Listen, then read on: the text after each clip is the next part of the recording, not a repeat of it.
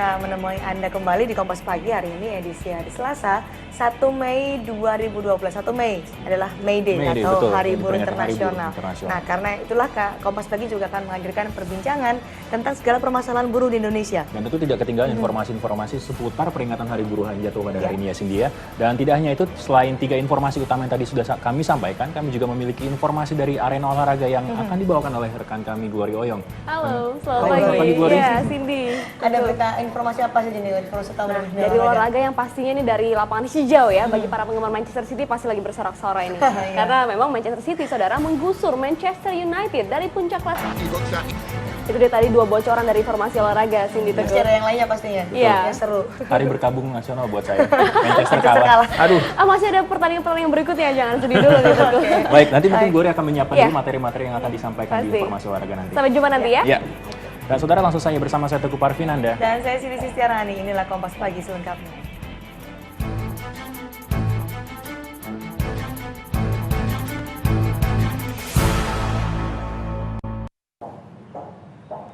Saudara, sebuah kapal meledak di lepas pantai Qatar 29 April kemarin dan informasi terbaru yang kami peroleh, 4 warga negara Indonesia yang menjadi pekerja tewas dalam musibah ini. Ya, dan kapal bernama Ababel meledak di lepas pantai Qatar Petroleum sekitar 30 mil dari pantai Ras Laffan. Kapal meledak sekitar pukul 5 sore waktu setempat pada 29 April. Dan saudara, dari berita yang dilansir situs Tribun News, kapal menampung sekitar 18 pekerja. Ya, 6 orang dinyatakan tewas dan 4 diantaranya adalah warga negara Indonesia. Juru bicara Kementerian Luar Negeri, Michael Tene, memastikan korban kecelakaan kapal di Qatar berjumlah 6 orang dan 4 orang diantaranya adalah warga negara Indonesia. Saat ini, tim Kedutaan Besar Indonesia sudah berada di rumah sakit tempat para korban tewas ini disemayamkan.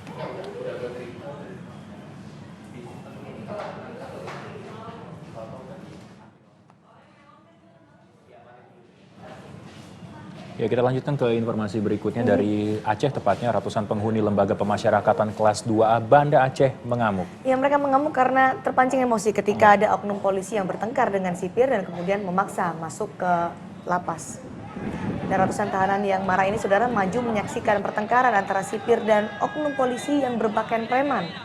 Kemudian emosi mereka terpancing ketika melihat oknum memaksa masuk meskipun jam berkunjung telah habis. Dan akhirnya kemarahan kemudian dilampiaskan kepada tahanan rekan oknum polisi. Mereka menggeledah kamar dan membakar seluruh isi ruang tahanan itu. Amarah para tahanan reda setelah sipir penjara berusaha menenangkan mereka.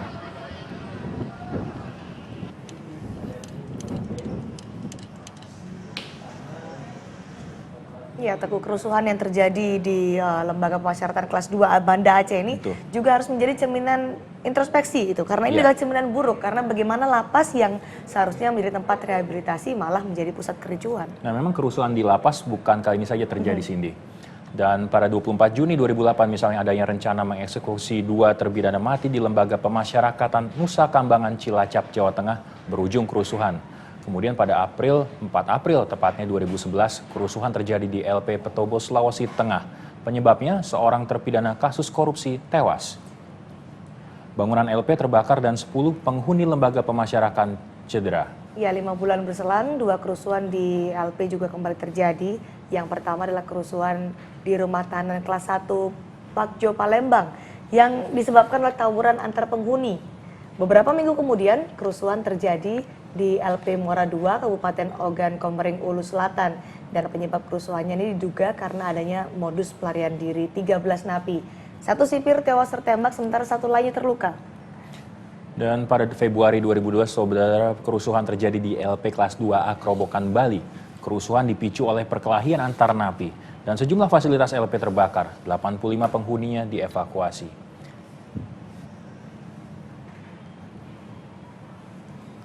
Nah, dari kasus korupsi ini, Komisi Pemberantasan Korupsi atau KPK dijadwalkan memeriksa Gubernur Riau Rusli Zainal hari ini. Ya, dan Rusli memang diperiksa terkait pembangunan arena pertandingan pada kegiatan Pekan Olahraga Nasional ke-18. Gubernur Riau Rusli Zainal akan diperiksa sebagai saksi terkait kasus gratifikasi pembangunan arena pertandingan pada kegiatan PON ke-18. Dan kasus ini melibatkan 4 orang, yaitu Muhammad Faisal Aswan dari fraksi Golkar dan Muhammad Dunir dari fraksi PKB, DPRD Riau. Dua tersangka lagi adalah Eka Dharma Putra, anggota staf Dinas Pemuda dan Olahraga, serta Rahmat Syah Putra, anggota staf PT Pembangunan Perumahan. Ya, 4 tersangka ini tertangkap tangan menerima dan juga memberi suap dengan barang bukti uang sebesar 900 juta rupiah. Dan KPK sejak Senin pagi memeriksa 3 saksi dalam kasus ini, yaitu Lukman Abbas, mantan Kepala Dinas Pemuda dan Olahraga Riau, Wan Samsir, Sekretaris Daerah Provinsi Riau, dan juga Zulkarnain Kadir, Sekretaris DPRD Riau.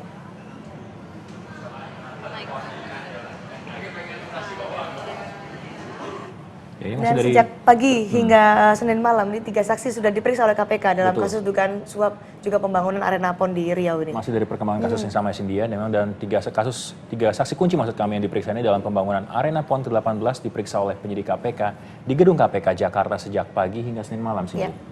Dan mereka adalah mantan Kepala Dinas Pemuda dan Olahraga yang kini menjabat staf ahli Gubernur Riau, Lukman Abbas, dan Lukman diperiksa penyidik KPK selama 11 jam.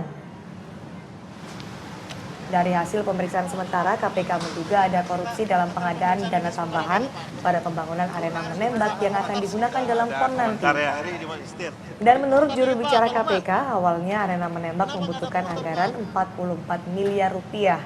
Namun anggaran itu bertambah 19 miliar rupiah atau menjadi 63 miliar rupiah setelah DPRD Riau menyetujui anggaran. Dan memang perkembangan kasus dugaan korupsi PON 2012 ini pun masih akan terus diselidiki oleh KPK. Yang pertama Sekretaris DPRD Riau, kemudian juga ada Sekretaris Daerah Riau, kemudian juga ada Kadispora ya, Pak Lukman Abbas, mantan. Nah kita memang merencanakan untuk meminta keterangan Pak Rusli Jainal. Ya, sebenarnya seperti apa kasus yang menjerat Gubernur Riau dalam pembangunan arena PON ini? Ya, memang suap menyuap ini dilakukan terkait perubahan peraturan Cindy tentang anggaran pembangunan arena dan dalam peraturan anggaran pembangunan stadion hanya sekitar 900 miliar rupiah. Namun ternyata Cindy dana ini justru membengkak menjadi 1,3 triliun rupiah. Ini luar biasa, angka yang luar biasa pembengkakannya. Dan tidak mau rugi, pihak swasta pun akhirnya menyuap anggota dewan untuk mengubah peraturan daerah ini agar semakin lancar untuk pembangunan PON. Karena kasus ini saudara bergulir pasca penangkapan 13 orang yang terlibat dalam suap menyuap. Mereka terdiri dari 7 anggota dewan, 2 anggota staf Dinas Pemuda dan Olahraga Riau, dan juga 4 pegawai swasta. Uang senilai 900 juta menjadi barang bukti yang diduga kuat sebagai alat suap. Dan KPK lalu menetapkan 4 orang sebagai tersangka. 2 anggota dewan, 1 anggota staf Dinas Pemuda dan Olahraga, juga 1 orang dari pihak swasta. KPK kemudian resmi mencegah Gubernur Riau dan Kepala Dinas Pemuda dan Olahraga untuk bepergian ke luar negeri. Mereka juga ditetapkan sebagai tersangka.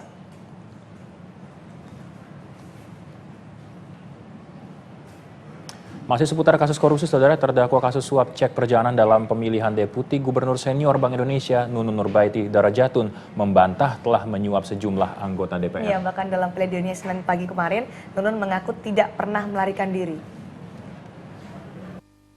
Terdakwa kasus suap cek perjalanan Nunun Nurbaiti membantah menyuap sejumlah anggota DPR periode 1999-2004 dalam pemilihan Deputi Gubernur Senior Bank Indonesia. Saat membacakan pledoi atas pembelaan di Pengadilan Tipikor Senin pagi, Nunun mengaku hanya membantu Miranda Gultom. Nunun mengenalkan Miranda kepada para anggota dewan. Dalam hal ini, saya hanya membantu memperkenalkan Ibu Profesor Dr. Miranda Suarai Gultom kepada beberapa orang anggota DPR RI kala itu, yang mana saya juga tidak tahu bahwa anggota DPR tersebut dari komisi apa dan membindangi apa. Nunun juga merasa tidak pernah menjadi buron. Dia mengaku bertolak ke Singapura untuk berobat. Namun kemudian Nunun enggan kembali ke Indonesia setelah melihat pemberitaan di media yang dinilai merugikannya. Pihak Nunun meminta KPK menjerat mantan Direktur Operasional PT Wahana Esa Sembada sebagai pelaku kasus suap ini dengan alasan Ari bermain sendiri ketika menyuap anggota dewan. Atas pembelaan ini, Nunun meminta hakim membebaskannya dari segala tuntutan jaksa. Sebelumnya, Nunun dituntut 4 tahun penjara dan denda 200 juta rupiah. Tim Liputan Kompas TV, Jakarta. 4 hari menghuni tahanan KPK, Angelina Sondah terus dikunjungi keluarga dan kerabatnya. Ya, sementara untuk penangguhan penahanan Angie hingga kemarin surat permohonannya masih belum disampaikan kepada KPK.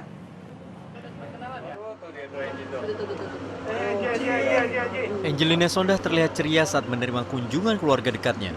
Selama 30 menit, tersangka kasus korupsi Wisma Atlet ini melepas rindu dengan putra semata wayangnya Kienu Mas Said. Selain keluarga, mantan Ketua Umum Partai Demokrat, Subur Budi Santoso juga menjenguk Enji di tahanan. Subur datang atas nama pribadi, bukan partai. Mbak Enji sangat apresiasi terhadap tindakan KPK, karena dengan demikian mengharap dapat segera disidang sehingga dinyatakan bersalah atau tidak. KPK menahan Enji sejak Jumat lalu. Politikus Partai Demokrat ini ditetapkan sebagai tersangka atas tuduhan menerima suap atau janji terkait pembahasan anggaran di Kementerian Pemuda dan Olahraga serta Kementerian Pendidikan Nasional. Hingga kemarin surat permohonan penangguhan penahanan Enji belum diajukan ke KPK. Tim Liputan, Kompas TV, Jakarta. Ini juga ada yang menarik, Teguh. Penggunaan nomor polisi palsu yang digunakan oleh Anas Urbaningrum, Ketua Umum Partai Demokrat, ternyata dinilai pihak kepolisian belum dapat dikategorikan sebagai pelanggaran. Ini aneh sebenarnya. Ya, itu sebenarnya ironis karena pihak Polda Metro Jaya juga hanya menegur dan tidak memberikan sanksi tilang. Pihak Polda Metro Jaya telah melakukan pengusutan dan menemukan plat yang digunakan pada mobil Anas Urbaningrum adalah palsu. Polisi menilai tidak akan memberikan sanksi kepada Anas sebagai pemilik mobil. Ya, kita tegur saja ya untuk tidak menggunakan lagi untuk nomor tersebut karena memang bukan peruntukannya. Tidak ada penahanan Ya, lain kalau itu kita temukan di jalan, kita sedang razia atau kita ketahui, itu kita bisa beri sanksi tilang ya. Dalam foto ini tampak dua mobil milik Anas Urbaningrum yang memiliki dua plat nomor polisi yang sama, yakni B1716 SDC. Mobil pertama adalah Toyota Velfire yang digunakan Anas saat membuka pendidikan dan latihan Search and Rescue atau SAR Nasional Angkatan Pertama Divisi Tanggap Darurat DPP Partai Demokrat di Bumi Perkemahan Cibubur, Jakarta Timur pada 12 Maret 2012. Dan mobil kedua adalah Toyota Innova yang digunakan Anas ke gedung KPK Jakarta pada hari Kamis tanggal 26 April 2012.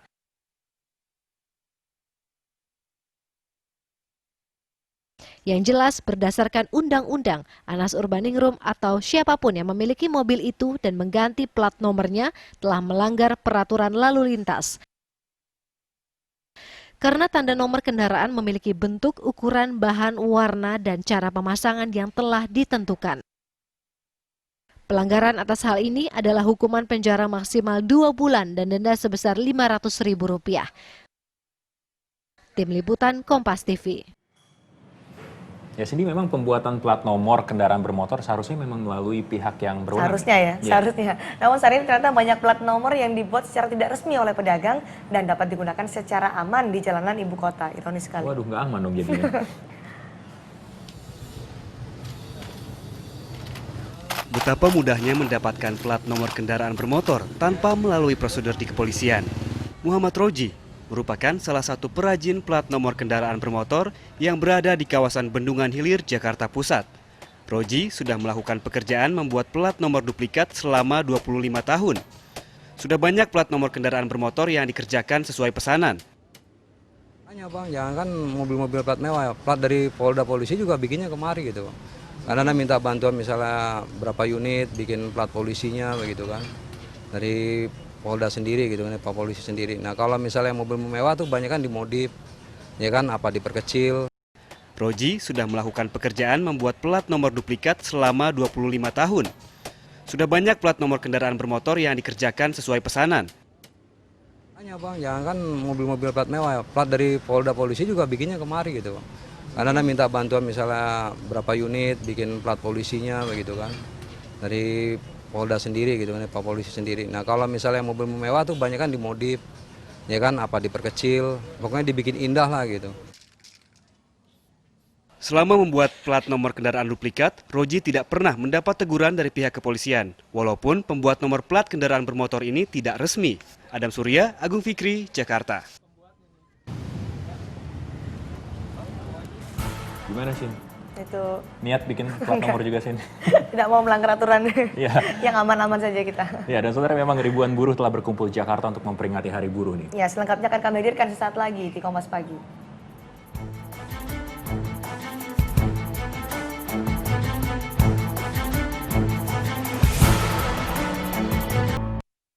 kesempatan. Mengupas profil public figure. Prinsip hidup saya adalah seperti kayak air. Mengenal mereka lebih dalam. Dari cerita hidup yang menginspirasi. Nah, dapat inspirasinya dari lagunya Riff Flow. Drum tuh pakai tangan gitu. Hingga yang menjadi rahasia. Saya harus temukan di Kompas kita. Kompas, inspirasi Indonesia. Tepar gue. Jadwal padat, harus cepat, kepanasan, kehujanan. Wow. Minum Promuno, suplemen anti tepar, membuat tubuh tangguh, menambah imun tubuh. Promuno, anti tepar. Promuno. When the Earth is being threatened, almighty heroes assemble.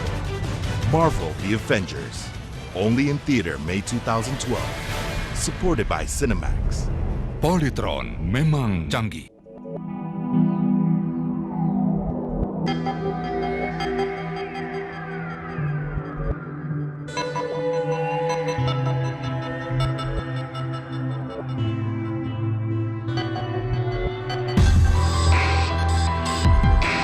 Saatnya pilih yang lebih baik. Pilih solusi batuk yang pas dan dipercaya. Comix DT, solusi batuk yang lebih baik.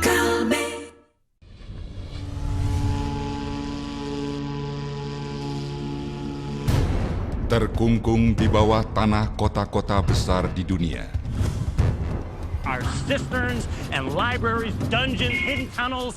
There are entire cities buried beneath our feet. Sebuah keajaiban. So it looks like just beyond this mound there's another arch that leads to another room. Bukti nyata peradaban. In a tomb. It would be for an important person.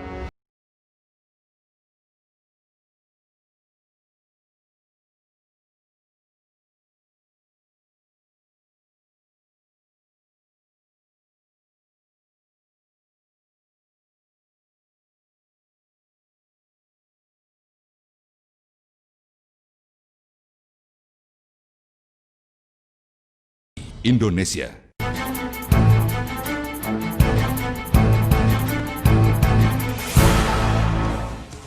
Demonstrasi menolak berdirinya patung tokoh adat Lampung Zainal Abidin Pagar Alam di Kabupaten Lampung Selatan Lampung berlangsung anarkistis. Ratusan pendemo yang emosi membakar patung senilai 1,7 miliar rupiah yang berada di pintu masuk kompleks perkantor pemerintah Kabupaten Lampung Selatan. Aksi pembakaran patung ini dilakukan oleh massa yang kesal karena sudah keempat kalinya mereka berdemo, namun tuntutan mereka tidak pernah dikabulkan.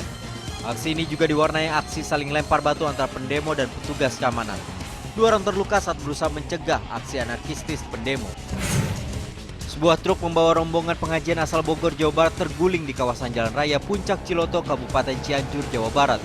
Puluhan orang mengalami luka-luka, 5 orang diantaranya harus dirujuk ke rumah sakit PMI Bogor karena mengalami patah tulang serta luka serius di bagian kepala. Dari hasil penyelidikan polisi dan keterangan saksi, tergulingnya truk pengangkut puluhan santri ini diduga kuat akibat rem yang tidak berfungsi. Anggota jaringan pengedar ganja antar provinsi ditangkap polisi saat bertransaksi di kota wisata Bukit Tinggi, Sumatera Barat, Senin petang.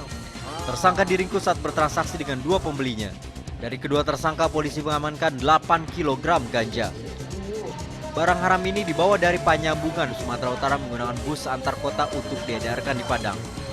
Selain 2 bandar dan pengedar ini, polisi juga mengamankan 2 tersangka pengedar yang diduga telah membeli 2 kg ganja.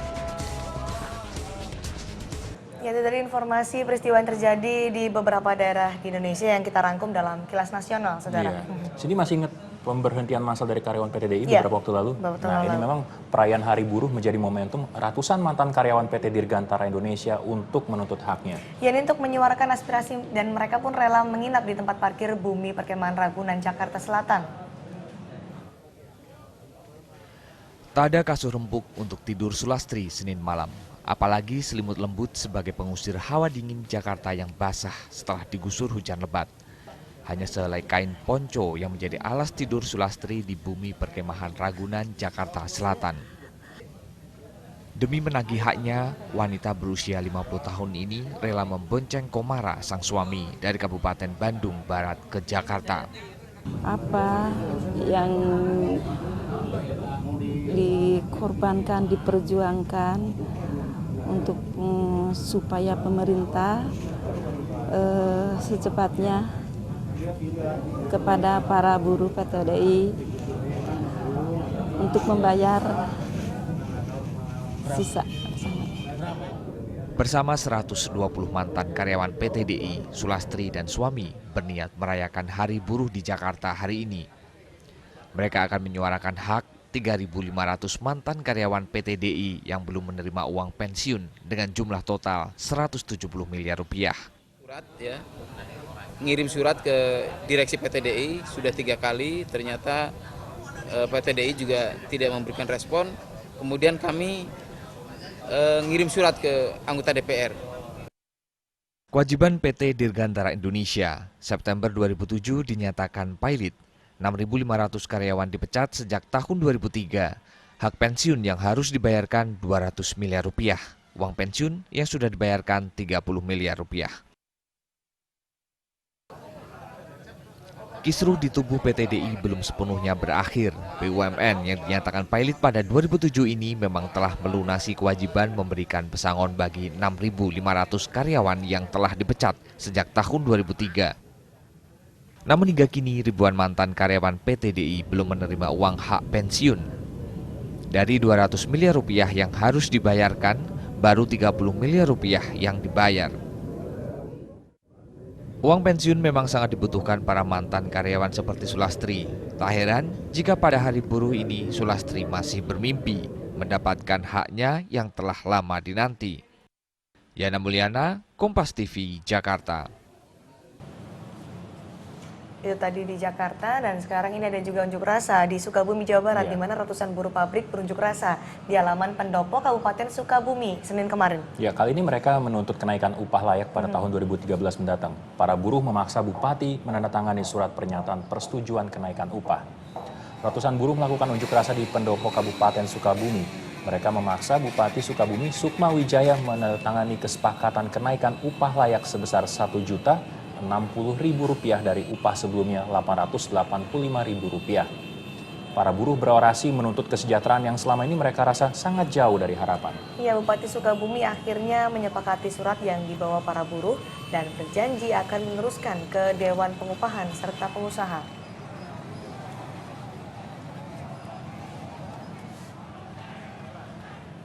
Ya, saudara, memperingati Hari Buruh Internasional yang jatuh hari ini merupakan kesempatan bagi kaum buruh untuk menyampaikan aspirasinya. Ya, tidak hanya kaum buruh yang melakukan persiapan, aparat kepolisian juga sudah disiagakan untuk mengamankan unjuk rasa buruh. Poster, spanduk, dan atribut lainnya disiapkan para anggota Kongres Aliansi Serikat Buruh Indonesia atau KSBI di kantor mereka di Cipinang, Jakarta Timur. Mereka juga menyiapkan kardus yang akan ditulis berbagai tuntutan pada peringatan Hari Buruh Sedunia hari ini. Salah satu tuntutan mereka adalah menghapus aturan outsourcing atau sumber luar karena tidak sesuai dengan kehidupan buruh, terutama kesejahteraan. Tentu tuntutan kita adalah berkaitan dengan kepentingan hal layak umum, yaitu tentang bagaimana mendapatkan kepastian kerja, di mana sampai hari ini adalah akibat adanya sistem kerja kontrak dan outsourcing. Organisasi KSBI akan turun dengan 7.000 buruh se-Jabodetabek. Mereka akan berjalan kaki dari Bundaran Hotel Indonesia menuju Istana Negara. Polisi mengantisipasi demonstrasi Hari Buruh dengan menutup beberapa ruas jalan utama. Untuk menuju kawasan Istana Negara dari arah Harmoni, pengguna jalan dapat menempuh jalur alternatif melalui Jalan Suryo Pranoto ke arah Tanah Abang. Arah Tamrin menuju Istana bisa dilalui dari Jalan Kebon Sirih, Jalan Cideng Barat menuju Jalan Suryo Pranoto. Lalu lintas di sekitar Bundaran Hotel Indonesia dialihkan dari Jalan Teluk Betung ke Jalan Kebon Kacang atau dari Duku Atas menuju Tanah Abang. Sementara dari kawasan DPR MPR, jalur akan dialihkan ke Jalan Pemuda menuju Palmerah atau Jalan Pejompongan. Untuk mengantisipasi situasi yang tidak diinginkan, kepolisian juga sudah bersiaga di sejumlah wilayah tanah air. Sekali lagi demo yang tertib, ya kan? Demo yang yang memang tidak melanggar hukum, saya kira itu. Dan sekarang wilayah dalam hal ini Kapolda, Kapolres sudah menyampaikan, menghubungi kepada yang melakukan mau kegiatan unjuk rasa besok. Ya. Di Medan, Sumatera Utara, 500 personel polisi menjaga ketat pusat kota dan objek vital. Kepolisian di Sumatera Utara juga menyiapkan 1 unit mobil meriam air, pemadam kebakaran, ambulans, dan mobil pengangkut barikade kawat duri. Tim Liputan Kompas TV.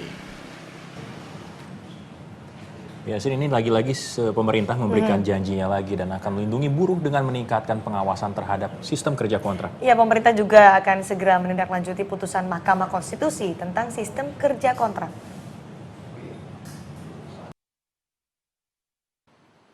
Pemerintah mengupayakan perbaikan dalam masalah ketenaga kerjaan. Itulah janji yang disampaikan juru bicara Presiden sehari sebelum peringatan Hari Buruh Internasional. Pemerintah juga berupaya mengakomodasi tuntutan buruh yang berharap sistem kerja kontrak dihapus. Pemerintah pun tengah menindaklanjuti putusan Mahkamah Konstitusi tentang sistem kerja kontrak. Ini juga sudah ditindaklanjuti. Dalam rapat terbatas hari ini, Presiden telah meminta kepada Menteri Tenaga Kerja agar melakukan langkah-langkah menyikapi apa yang menjadi tuntutan para buruh terkait dengan isu outsourcing. Yang tadi dijelaskan adalah bahwa Kementerian Tenaga Kerja dan Transmigrasi akan mengeluarkan bukan surat edaran, tapi lebih kepada apakah itu dalam bentuk surat keputusan atau peraturan menteri untuk menindaklanjuti pasca putusan MK terkait dengan outsourcing ini, yang merupakan revisi dari Undang-Undang 13 tahun 2003 tentang ketenaga kerjaan. Mudah-mudahan ini bisa menjawab apa yang menjadi harapan, tuntutan dari para buruh. Kita cari solusi yang terbaik. Hal senada juga disampaikan Menteri Tenaga Kerja dan Transmigrasi Muhaimin Iskandar untuk segera menindaklanjut putusan Mahkamah Konstitusi. Tetapi yang penting semua Permen 17 akan kita sempurnakan secepat mungkin. Outsourcing diawasi total sehingga buruh tidak dirugikan. Pemerintah berharap seluruh aspirasi buruh dapat terwujud sehingga hubungan antara buruh dan pengusaha dapat berjalan lebih baik. Vira Fatima, Kompas TV, Jakarta.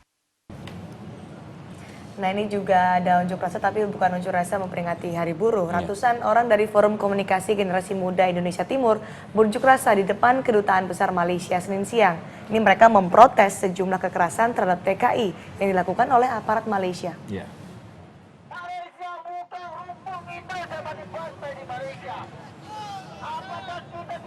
Dalam aksinya, demonstran membentangkan spanduk berisi kecaman terhadap tindakan kekerasan pemerintah Malaysia terhadap tenaga kerja Indonesia.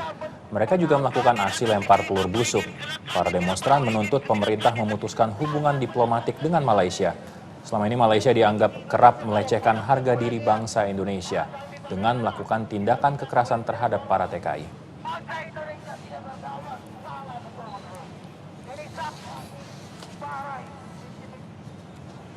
Ya, saudara, keluarga TKI, 3 TKI maksud kami asal Lombok Timur menolak hasil otopsi yang diumumkan oleh pemerintah Indonesia. Ya, karena itulah mereka berencana untuk melapor ke Komnas HAM hingga ke Komisi Perlindungan Buruh Migran PBB. Dan dalam pertemuannya dengan tim advokasi untuk keadilan TKI, keluarga ketiga TKI ini mengungkapkan adanya perbedaan antara pernyataan pemerintah dan juga fakta yang mereka saksikan saat otopsi. Mabes Polri menyatakan tidak ada organ tubuh yang hilang dari jenazah 3 TKI asal Lombok, Nusa Tenggara Barat ini. Padahal keluarga menyaksikan ada bagian tubuh yang hilang dari jasad itu. Ya, untuk itu mereka akan ke Jakarta guna menemui Komnas HAM dan perwakilan PBB di Jakarta. Tidak pernah ada, tapi tidak ada penjelasan oleh tim medis. Itulah sebabnya saya kurang percaya jadinya. Seolah-olah saya sebagai penonton aja jadinya di belakang. Tidak ada dikasih penjelasan oleh tim medis satu persatu masing-masing organ itu. Ya, ini masih tentang tenaga kerja Indonesia ya, Cindy ya. Seorang tenaga kerja Indonesia asal desa Bubunan, Buleleng, Bali menjadi korban perampokan dan tewas tertembak di South Carolina, Amerika Serikat pada Jumat lalu. Ya, dan kini pihak keluarga masih terus berupaya memulangkan jenazah korban. Pihak keluarga, saudara, sangat terpukul menerima kabar kematian korban pada Sabtu malam. Korban bernama Niluh Endang Susiani yang merupakan anak pertama dari 6 bersaudara. Korban telah bekerja selama 2,5 tahun di Amerika Serikat sebagai karyawan restoran Cina. Niluh Endang menjadi korban perampokan tak jauh dari tempat kerjanya. Hingga kini pihak keluarga masih berupaya mengurus dokumen untuk memulangkan jenazah korban. Karena berangkat kalau ke Amrik itu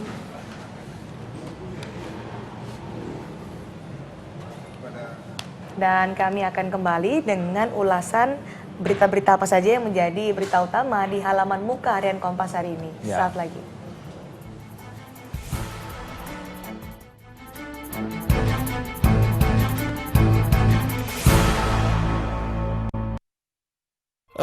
Tepar gue, jadwal padat, harus cepat, kepanasan, kehujanan. Wow. Minum Promuno, suplemen anti tepar, membuat tubuh tangguh, menambah imun tubuh. Promuno, anti tepar. Promuno. Yo, what's up? Nama gue Irawan Raharja, gue komik sekaligus rapper. Kalau Comedy-Land stand up komedi Indonesia itu bagi gue adalah sebuah tempat yang penuh warna. Gue Irawan Raharja, finalis audisi Jakarta. Gue yakin menang karena di antara finalis lainnya, gue yang paling berbobot.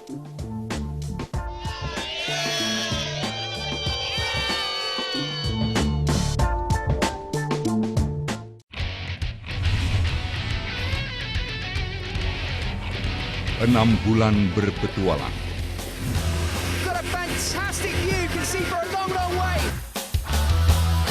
Menjelajah 6 benua.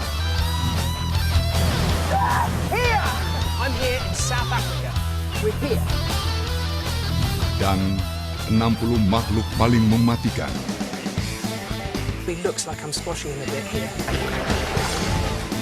Inilah perjalanan memburu binatang-binatang pembunuh.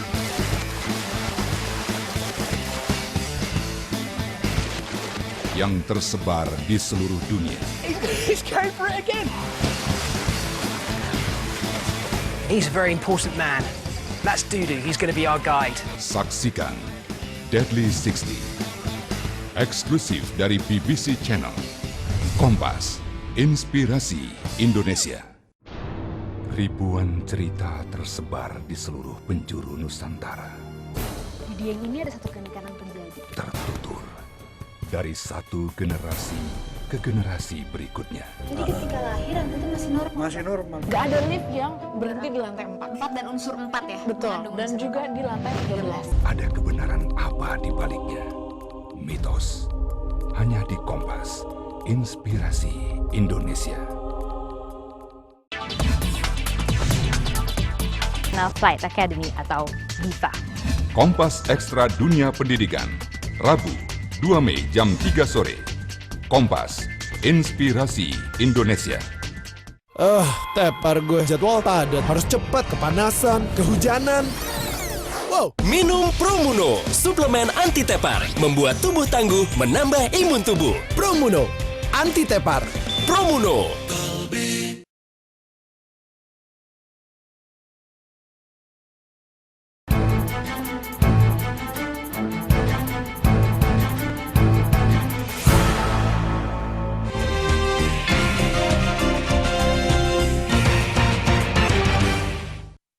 Harian Kompas edisi Selasa 1 Mei 2012 memuat berita tentang banyaknya limbah beracun yang mencemari daratan dan perairan kita. Tak hanya mengganggu pemandangan, limbah yang berasal dari luar negeri ini juga bersifat merusak lingkungan dan membahayakan kesehatan. Namun, yang menjadi keprihatinan adalah sejumlah pihak terkait tampak saling lempar tanggung jawab mengenai penanganan masalah ini. Komitmen pemerintah untuk melindungi warganya mau tak mau jadi pertanyaan besar yang harus dijawab dengan tindakan nyata. Sorotan tentang bursa calon presiden juga tersaji hari ini. Menyusul munculnya nama Ketua Umum Partai Golkar Abu Rizal Bakri sebagai satu-satunya calon presiden dari Golkar yang akan disahkan dalam rapat pimpinan nasional partai itu, sejumlah Dewan Pimpinan Daerah tingkat 2 mengaku tak dilibatkan. Apalagi salah satu tetua partai, Akbar Tanjung, menyebutkan pemilihan Ical belum final. Beberapa pihak menyatakan hal ini bisa menimbulkan permasalahan internal dan membahayakan partai. Dari diskusi tentang praksis pendidikan di Indonesia yang diselenggarakan Harian Kompas, muncul keinginan sejumlah pihak untuk memastikan dunia pendidikan kita mampu mencetak orang-orang yang pintar sekaligus bijaksana. Selama ini sistem pendidikan kita lebih menitik beratkan ilmu pengetahuan dan keterampilan, namun bukan watak manusia. Akibatnya, kepandaian tak jarang disalahgunakan untuk melakukan hal-hal yang melanggar hukum. Memperingati Hari Buruh 1 Mei, tajuk rencana Harian Kompas mengulas isu perlindungan buruh, khususnya berkaitan dengan tenaga kerja migran. Para TKI sering luput dari perhatian pemerintah dan terpaksa bergulat membela diri sendiri. Kasus penembakan 3 TKI di Malaysia contohnya. Perlakuan buruk terhadap TKI sekolah terjadi terus-menerus, mulai dari persiapan pemberangkatan, saat bekerja, hingga pemulangan. Informasi ini dan beragam berita lainnya dapat Anda simak selengkapnya dalam Harian Kompas, edisi Selasa, 1 Mei 2012.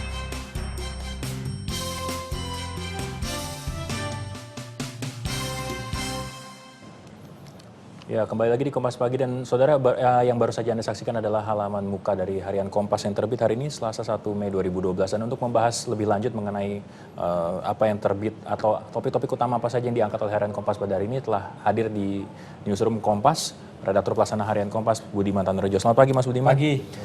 1 Mei 2012 ya seperti biasa ini merupakan peringatan Hari Buruh Internasional. Ya. Nah, kira-kira masih ada masalah apa aja sih yang dihadapi oleh perburuhan saat ini? Ya, kalau ditanya masalahnya masih banyak ya. Artinya, kalau kita merefer kepada jajak pendapat Kompas yang terbit pada hari Senin, memang bahwa kebebasan berserikat bagi para buruh itu diakui. Artinya banyak sekali serikat buruh, hampir tidak ada aral untuk membentuk serikat buruh, meskipun di beberapa tempat masih ada union busting, artinya tidak boleh membentuk serikat buruh. Tetapi tuntutannya masih juga tidak bergerak signifikan, masih pada normatif ya, soal upah, soal kesejahteraan, meskipun secara legal sebetulnya sudah membaik dengan munculnya sistem sosial, sistem SJSN, sistem jaringan sosial nasional dan lain sebagainya. Tapi hari ini adalah hari perayaan ya, hari perayaan buruh sedunia yang sebetulnya ini diawali dalam pergerakan buruh di Amerika pada tahun 1886 yang menghendaki adanya pengurangan jam kerja menjadi 8 jam sehari. Dan inilah yang akan kita peringati di hari ini di Jakarta dan sejumlah kota besar di tanah air. Ya. Nah, kita ambil poin Mas, misalnya upah, perlindungan. Nah, itu kan bagian dari kebijakan pemerintah sebetulnya. Apakah kebijakan pemerintah saat ini sudah memihak pada buruh pada umumnya? Ya begini, kalau kita pemerintah tentunya harus memainkan peran regulasi karena kepentingan para pekerja dan kepentingan para pengusaha tentunya sesuatu yang diametral berbeda ya. Buruh menginginkan upahnya makin besar, makin sejahtera. Tapi pada sisi lain tentunya perusahaan juga menginginkan profit yang tidak berkurang. Ini kan kepentingan yang saling bertolak belakang. Nah, dalam kasus yang seperti itu sehingga harusnya pemerintah atau pemerintah provinsi mengambil kebijakan untuk memfasilitasi dialog antara pengusaha dan buruh sehingga tercapai kompromi sehingga buruh pun makin sejahtera, tapi pada sisi lain perusahaan pun masih bisa berkembang. Nah, pola-pola inilah yang harus diperankan dan harus dikembangkan oleh Kementerian Transmigrasi, Tenaga Kerja dan Transmigrasi dan juga aparat-aparat di tingkat provinsi. Ya, pada saat kita bicara soal hubungan industrial, di sini kan juga yang terlibat ada pihak pengusaha, kemudian ada buruh juga. Nah, kalau pengusaha sendiri kira-kira sudah adil belum memberikan kesejahteraan kepada para buruh yang mereka pekerjakan? Tidak bisa digeneralisasi secara umum ya, apakah adil atau tidak adil, karena ini kedua kepentingan yang berbeda. Tapi kalau kita melihat kepada persepsi atau hasil jajak pendapat yang ada di Kompas ataupun ada laporan-laporan dari Bank Dunia, memang kita tidak mungkin mengandalkan kepada pertumbuhan ekonomi yang sangat signifikan sekian persen.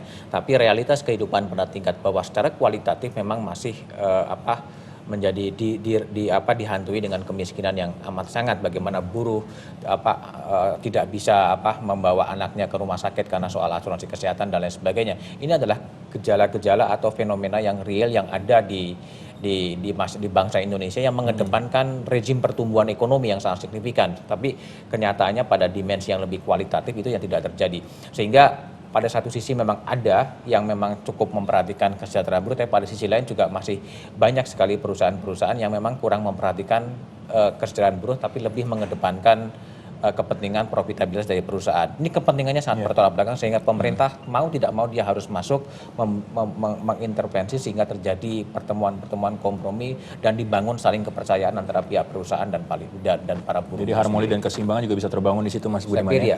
Dan kalau kita bicara 1 Mei, tahun ke tahun, waktu selalu diwarnai oleh aksi unjuk rasa. Kenapa sih aksi unjuk rasa yang dipilih oleh para buruh dalam menyuarakan aspirasi? Kenapa tidak bisa dengan musyawarah misalnya atau diskusi? Kalau yang sekarang 1 Mei kan ini momentum ya, mengambil momentum ini adalah Hari Buruh Sedunia ya. Pada waktu itu buruh-buruh di Amerika kemudian dia berjuang untuk memperjuangkan kesejahteraannya.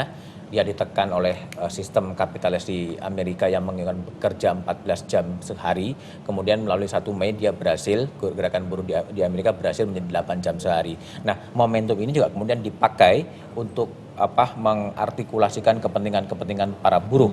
Nah, seperti juga upah, seperti outsourcing alih daya yang sudah dikoreksi oleh Mahkamah Konstitusi, dan banyak isu-isu perburuan yang lain. Yang penting adalah bagaimana sebenarnya sistem sosial SJSN, sistem jaminan sosial nasional yang akan berlaku 2014 juga dipastikan dikawal oleh para buruh sehingga akses buruh terhadap kesehatan itu bisa didapat. Nah, ini membutuhkan kawalan, dan 1 Mei hanyalah sebuah momentum bagi para buruh untuk lebih mengartikulasikan, mengkonsolidasikan gerakan-gerakan buruh untuk memperjuangkan kepentingan-kepentingan dari para pekerja itu sendiri. Nah, ketika kita bicara soal aksi unjuk rasa, biasanya kan cenderung timbul kekhawatiran akan timbul kerusuhan atau aksi yang berbau kekerasan seperti yang terjadi di demo anti BBM kemarin. Nah, ini seperti apa sih kesiapan dari aparat kita untuk mengantisipasi hal-hal semacam itu, Mas Budiman? Unjuk rasa itu kan sebetulnya harus menjadi alternatif yang terakhir ketika proses negosiasi, proses diskusi atau proses apapun itu gagal, ya.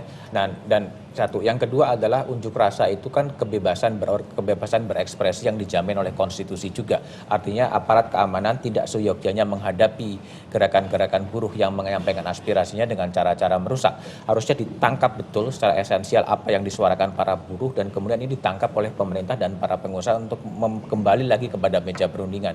Tidak harus dihadapi dengan kekerasan, dengan aksi represif dan lain sebagainya. Nah, ini yang diharapkan oleh kami agar proses untuk mengartikulasikan pendapat ini juga tidak bisa berjalan damai, tapi pesannya ditangkap. Bukan hanya kemudian damai tapi pesan tidak ditangkap, tapi bagaimana wakil-wakil di DPR itu menangkap kepentingan itu dan kemudian merumuskan menjadi sebuah produk legislasi. Itu yang diharapkan menuju ke arah seperti itu.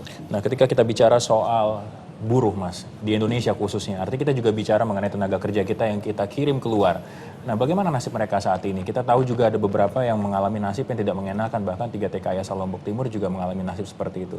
Seperti apa, Mas? Ya, ini menjadi hari buruh yang diperingati 1 Mei tentunya juga dihantui dengan peristiwa tragedi yang terjadi di Kuala Lumpur ketika 3 tenaga kerja kita ditembak oleh polisi di Raja Malaysia, dan kemudian sempat muncul spekulasi bahwa telah terjadi pencurian organ tubuh, tapi hasil otopsi yang dilakukan oleh dokter forensik di Lombok mengatakan tidak terjadi pencurian organ tubuh, meskipun dari pihak keluarga agak meragukan itu sendiri.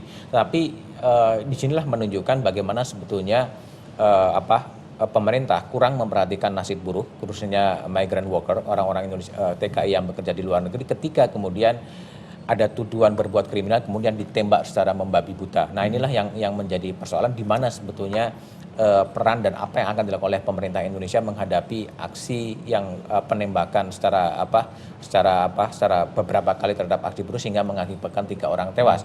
Karena dalam beberapa konferensi internasional sebenarnya tidak boleh ada perlakuan yang sadis terhadap siapapun itu juga gitu. Nah, kalau ini kan kita lihat artinya ada faktor kegagalan pemerintah dalam melindungi warga negaranya, terutama mereka yang bekerja di luar negeri. Padahal mereka juga mendatangkan devisa untuk kita, Mas. Nah, apakah ini sebaiknya membuat pemerintah berpikir untuk menghentikan sementara misalnya, atau mungkin selamanya mengenai pengiriman TKI ini? Suara itu kan berulang kali disampaikan ya oleh berbagai kelompok, berbagai LSM gitu kan, untuk moratorium lah, tidak perlu mengirimkan tenaga kerja Indonesia ke luar negeri karena memang penganiayaan yang terjadi kalau di Timur Tengah kemudian mengarah pada perkosaan.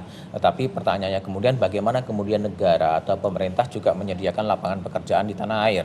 Nah, ketika lapangan pekerjaan di tanah air juga tidak tersedia, ketika kemudian untuk bertani itu uangnya juga tidak ada, sehingga terpaksa dia juga harus mencari mengadu nasib ke negeri jiran. Tapi yang terjadi adalah justru seperti sekarang. Tapi konstitusi mengatakan bahwa negara memang punya kewajiban untuk melindungi sebenarnya warga negara dimanapun mereka berada, sehingga berbagai kejadian yang terjadi di Malaysia tentunya menjadi tanggung jawab negara juga untuk menanggapinya secara signifikan.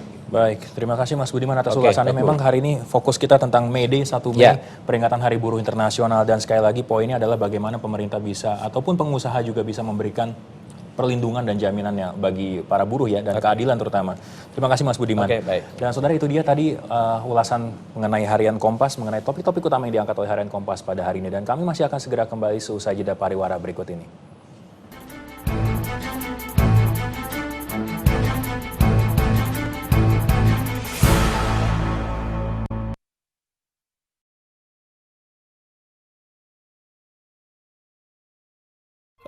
Tepar gue. Jadwal padat. Harus cepat, kepanasan, kehujanan. Wow. Minum Promuno, suplemen anti tepar, membuat tubuh tangguh, menambah imun tubuh. Promuno, anti tepar. Promuno.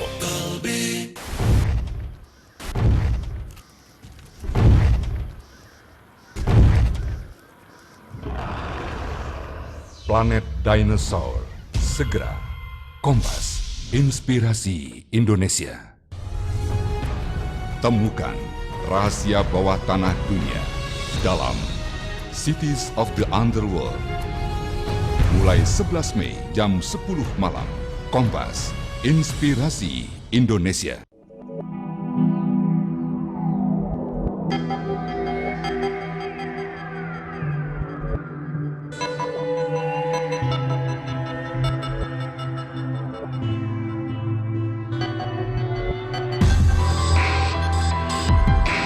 Saatnya pilih yang lebih baik.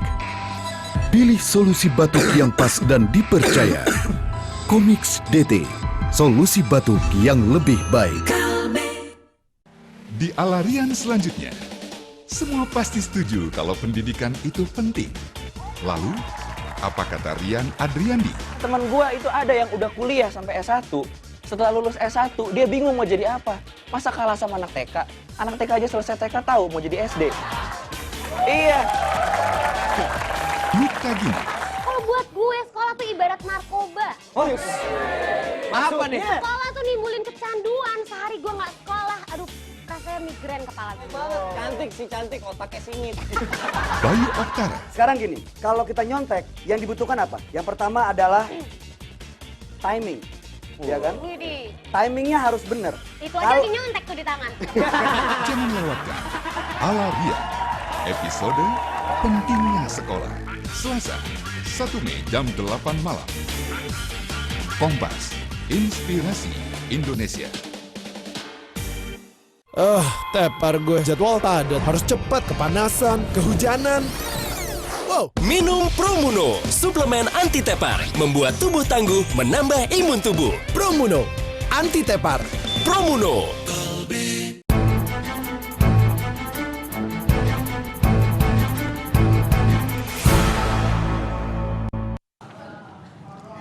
Anda kembali di Kompas Pagi, saudara, dan kini saatnya kita mendengarkan informasi yang akan disampaikan langsung dengan rekan-rekan kita. Ya, kita akan ke Surabaya terlebih dahulu. Betul, dari Surabaya, Jawa Timur ada rekan kita Amalia Wibowo yang akan menyampaikan sejumlah informasi nih, Cindy ya. Ya, dari Jawa Timur dan juga sekitarnya. Kita bergabung saja. Selamat pagi, Amalia. Selamat pagi, Teguh dan Cindy. Ya, silakan. Dari Surabaya, Jawa Timur, kami akan menyampaikan dua informasi. Yang pertama, Polrestabes terjunkan ribuan personil untuk amankan Hari Buruh. Yang kedua, bus kota khusus perempuan mulai beroperasi di Surabaya. Yang pertama kami awali berita pertama hari ini. Polrestabes Surabaya menyiapkan ribuan personil untuk mengamankan unjuk rasa Hari Buruh 1 Mei. Pengamanan akan dilakukan di sejumlah tempat vital seperti kantor pusat pemerintahan dan perbatasan akses keluar masuk kota Surabaya.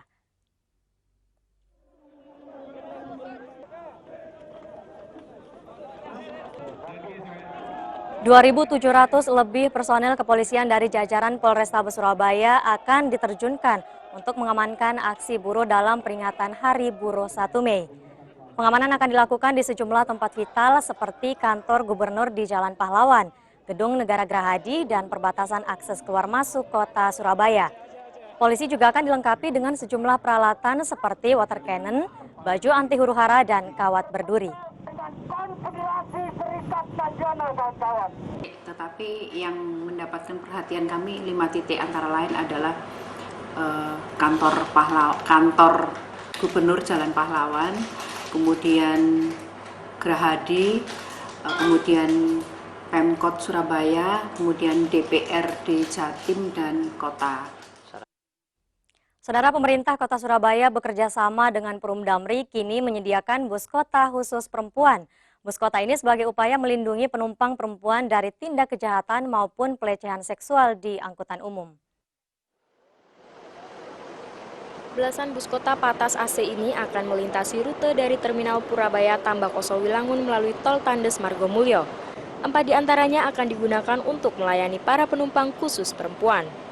Wali Kota Surabaya Tri Risma hari ini menjelaskan, bus kota khusus perempuan ini sebagai upaya antisipasi tindak kriminal dan pelecehan seksual di dalam bus kota. Para penumpang perempuan diharapkan bisa merasa nyaman dan aman saat naik bus bebas rokok ini. Yang membedakan ya mereka kan relatif gangguannya kan lebih kecil ya, gangguan terutama terhadap pelecehan dan sebagainya. Itu utamanya. Kemudian mereka juga merasa tenang kalau berada dalam satu bus dengan kami. Sejumlah penumpang perempuan merasa senang dengan hadirnya bus kota khusus perempuan. Mereka berharap adanya bus kota ini bisa membantu terhindar dari tindak kejahatan terutama pada malam hari. Alhamdulillah lebih dihargai orang perempuan. Ya. Selama ini gimana, Bu? Selama ini ya kurang aman dalam perjalanan kalau memang dengan terutama waktu malam itu loh. Ya. Kalau dengan adanya bus perempuan itu ya alhamdulillah kita lebih berharga gitu.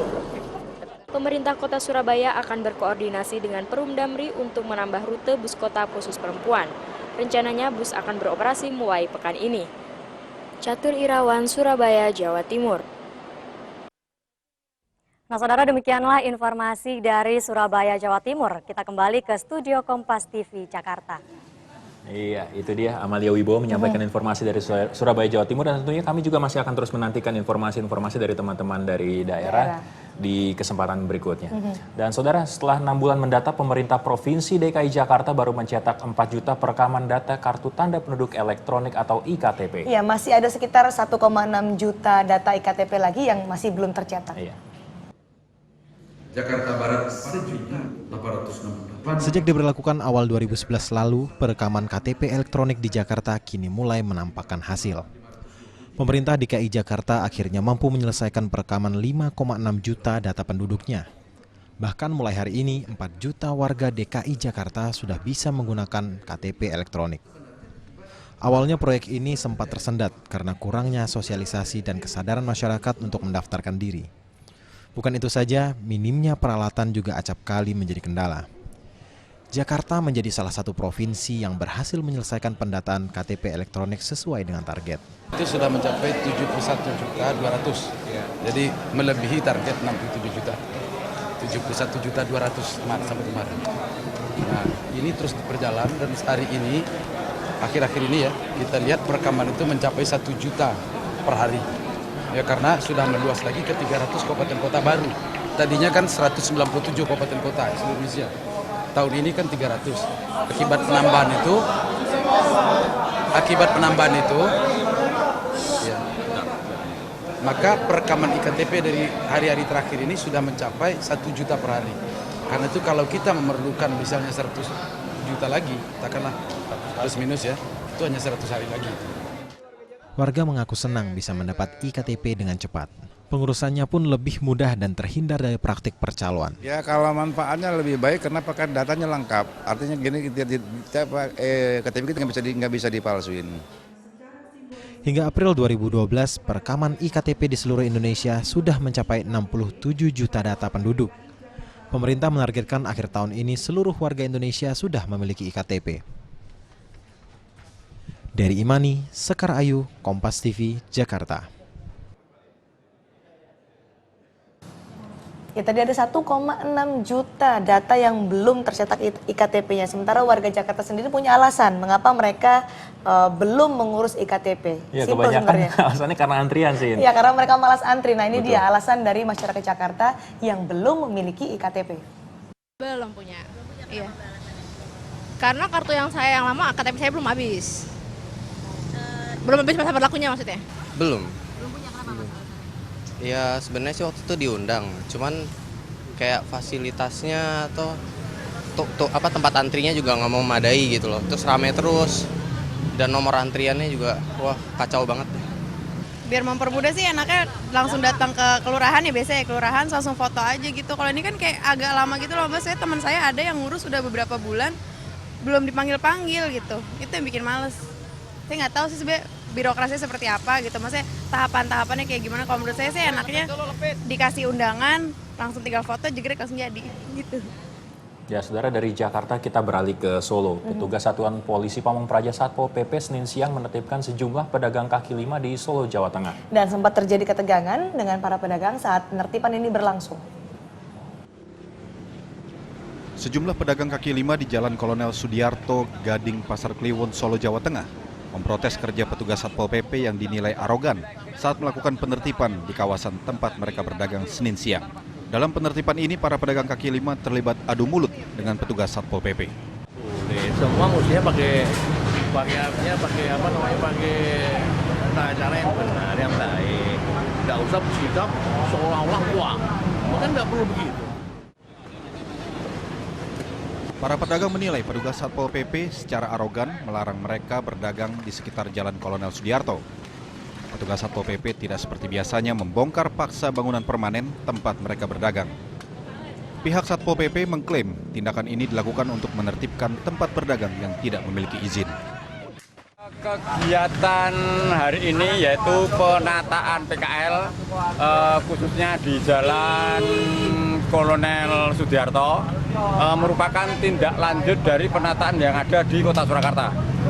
Sehingga untuk bulan ini nanti ada 3 tempat yang akan kita tertibkan, yaitu Kolonel Sudiarto, Honggowongso, Adi Sucipto.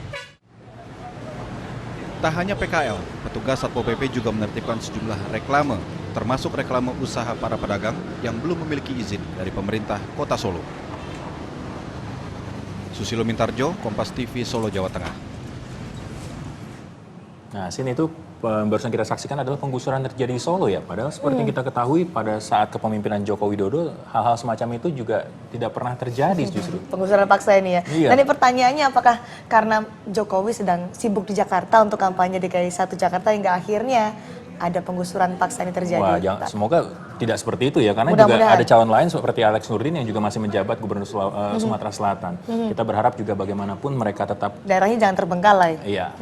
Dan kita masih punya informasi dari Jakarta juga nih Cindy. Mulai hari ini Polda Metro Jaya akan memberlakukan sistem lawan arus di jalur tol Cawang arah Semanggi mulai pukul 6 hingga pukul 10 pagi. Ya, penggunaan sistem ini untuk menghindari kemacetan di pintu keluar tol Tegal Parang. Namun juga masih banyak warga pengguna jalan tol di Jakarta yang belum mengetahui pengalian arus ini. Iya.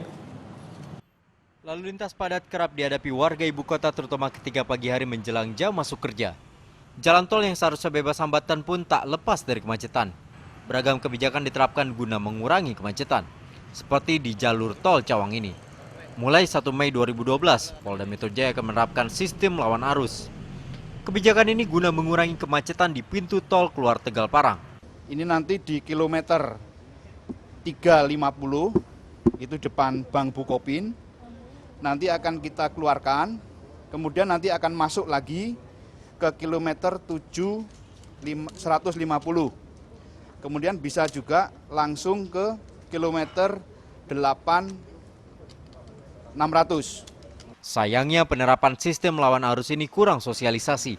Masih banyak pengendara yang belum mengetahuinya.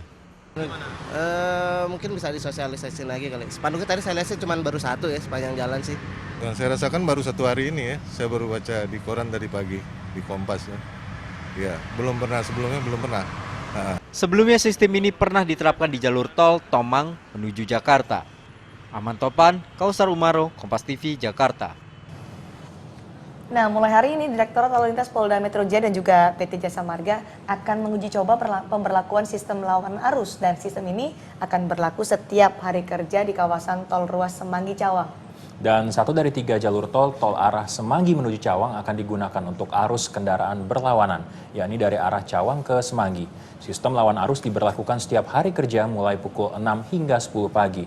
Dan sistem lawan arus ini berlaku sampai pembangunan jalan tol Jor W2 Utara selesai seluruhnya.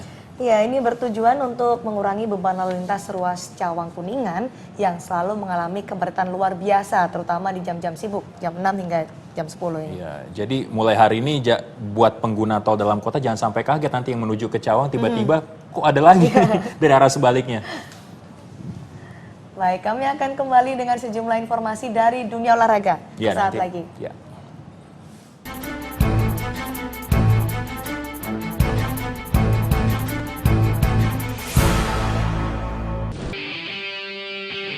Perkenalkan, nama gue adalah Gen Griffin dari Pamungkas. Keren kan? Gue ingin menyenangkan hati orang tua gue dan hati orang tua pacar gue. Pas banget, gue ikutan stand up comedy. Anyway, nama gue Gen Griffin dari Pamungkas, finalis di Kota Bandung. Silahkan menyaksikan acara gue.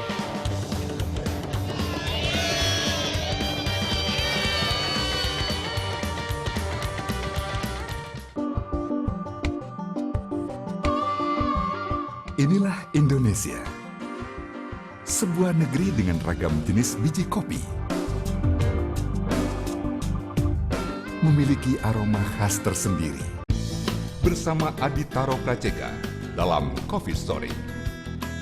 Kompas, inspirasi Indonesia yang dipersembahkan oleh...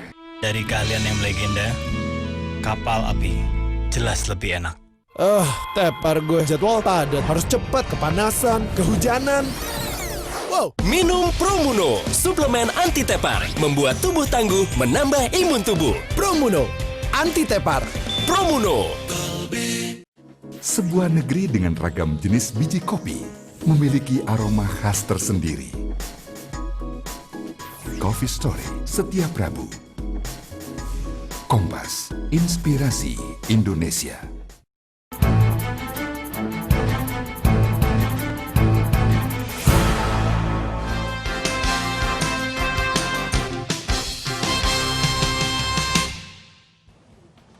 Halo saudara, salam olahraga. Saatnya Anda untuk menyimak informasi olahraga di Sport Kompas Pagi. Dan kita awali dari mancanegara, Manchester City menggusur Manchester United dari puncak klasemen setelah memenangi derby Manchester.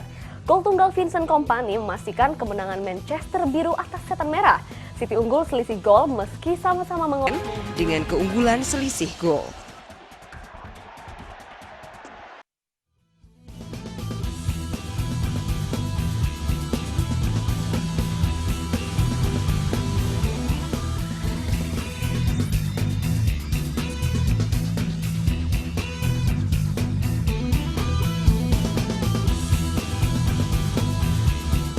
Ya saudara, The Gunners Arsenal menambah amunisinya di lini depan musim depan. Striker tim nasional Jerman dan FC Cologne Lukas Podolski secara resmi akan berbaju Arsenal. Situs resmi Cologne membenarkan informasi bergabungnya Poldi ke klub berjuluk Gudang Peluru. Meski sudah menyelesaikan proses transfer, kedua kubu sepakat tidak mengumumkan nilai transfer serta durasi kontrak Poldi. Podolski adalah produk Akademi Cologne dan memperkuat klub itu sejak umur 10 tahun. Poldi memperkuat timnas Jerman pada Piala Eropa 2004 dan Piala Dunia 2006. Poldi sudah membela Der Panzer 95 kali dengan menyumbangkan 43 gol. Sebelumnya Podolski sempat 3 musim memperkuat Bayern Munchen. Namun kurang sukses di FC Hollywood dan memutuskan kembali ke Cologne pada musim panas 2009. Podolski total mencetak 86 gol dari 108. Dari tanah air Semen Padang, saudara sukses menaklukkan tamunya Bontang FC dalam lanjutan Liga Primer Indonesia.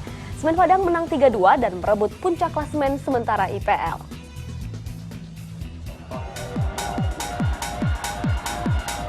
Berbekal dukungan 10.000 supporternya, tim Kabusira Semen Padang langsung menekan pertahanan Bontang FC. Hasilnya laga baru berjalan 3 menit, Ferdinand Sinaga sudah mengoyak gawang Bontang FC yang dijaga M. Ridwan. Semen Padang unggul 1-0. Berselang 2 menit, tendangan jarak jauh Henry Movu menambah keunggulan Semen Padang menjadi 2-0. Memasuki paruh kedua, Semen Padang menambah keunggulannya. Berawal dari tendangan Eli Ebo yang gagal ditangkap M. Ridwan pada menit ke-60, Ferdinand Sinaga kembali mencetak gol. Skor berubah menjadi 3-0 untuk Semen Padang. Unggul 3 gol membuat Semen Padang lengah. Eksekusi Fasawa Kamara mengubah kedudukan menjadi 1-3 masih untuk Semen Padang.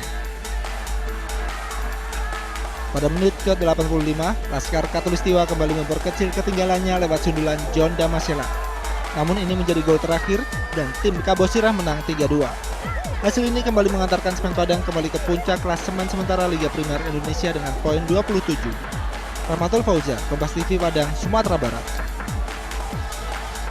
Di laga lain kompetisi Liga Primer Indonesia, Persijap Jepara gagal keluar dari tren kekalahan setelah dipecundangi Persibo Bojonegoro 0-1 di Stadion Gelora Bumi Kartini Jepara.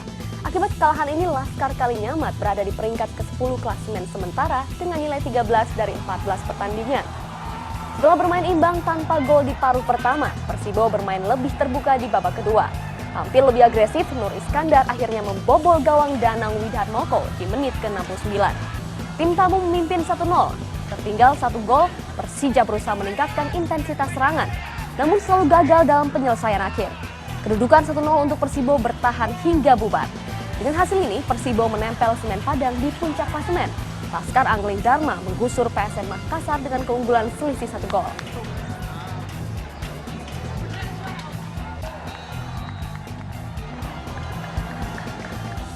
Nah, sementara dari lanjutan Liga Super Indonesia, dalam pertandingan yang diwarnai aksi walkout menjelang akhir laga, Persegres Gresik United unggul tipis 1-0 atas tim tamu Persiram Raja Ampat. Aksi walkout pemain Persiram akibat keputusan wasit yang tidak memberikan tendangan penalti setelah pelanggaran di kotak terlarang. Gol tunggal kemenangan tim berjuluk Laskar Jaka Samudra tercipta pada menit ke-51. Adalah pemain senior Uston Nawawi yang menaklukkan jala gawang kiper Persiram, Ari Kurniawan. Pertandingan sempat terhenti setelah pemain dan ofisial Persiram melakukan aksi walkout. Mereka memprotes keputusan wasit Najamuddin Aspiran setelah tidak memberikan hadiah penalti saat Juwood dilanggar di kotak terlarang. Tim asuhan Bambang Nurdiansyah memutuskan tidak melanjutkan pertandingan. Persegres menang 1-0.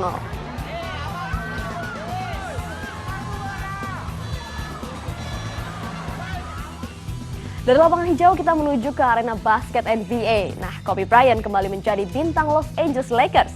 Bryant menjadi penampil terbaik Lakers saat mengalahkan Denver Nuggets 103-88. Di laga lain, kemenangan menjadi milik San Antonio Spurs, Atlanta Hawks, dan LA Clippers. Di laga lain di wilayah barat, San Antonio Spurs juga sukses memetik kemenangan. Spurs mengalahkan tamunya Utah Jazz di AT&T Center dengan skor akhir 106-91. Tony Parker menjadi bintang Spurs dengan torehan 28 poin di laga ini. Sedangkan di FedEx Forum, tuan rumah Memphis Grizzlies harus mengakui keunggulan tamunya Los Angeles Clippers. Dimotori Chris Paul yang mencetak 14 poin dan 11 assist, Clippers bangkit di akhir laga. Sempat tertinggal, Clippers akhirnya mencatat kemenangan setengah bola 99-98. Sementara di partai wilayah timur yang digelar di Phillips Arena, tim tamu Boston Celtics harus mengakui keunggulan tuan rumah Atlanta Hawks. Penampilan gemilang John Smith dengan 22 poin dan 18 rebound membantu Hawks memetik kemenangan 83-74.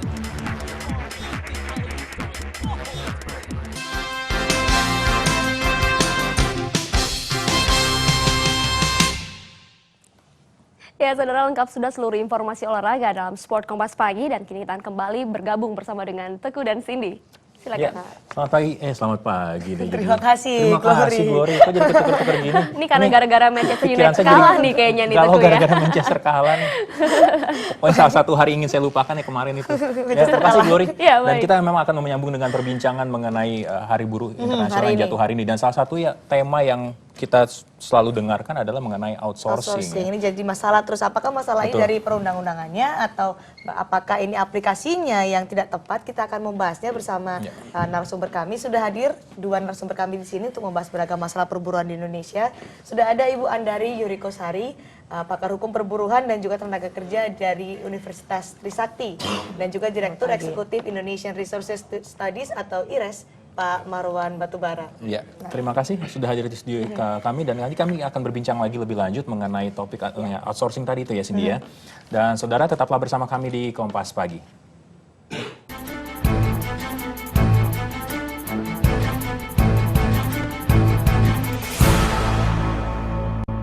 Di Alarian selanjutnya, semua pasti setuju kalau pendidikan itu penting. Lalu, Apa kata Bayu Oktara dan Nikta Gina? Kalau buat gue, sekolah tuh ibarat narkoba. Apa nih? Sekolah tuh nimbulin kecanduan. Sehari gue nggak sekolah, aduh rasanya migrain kepala gue.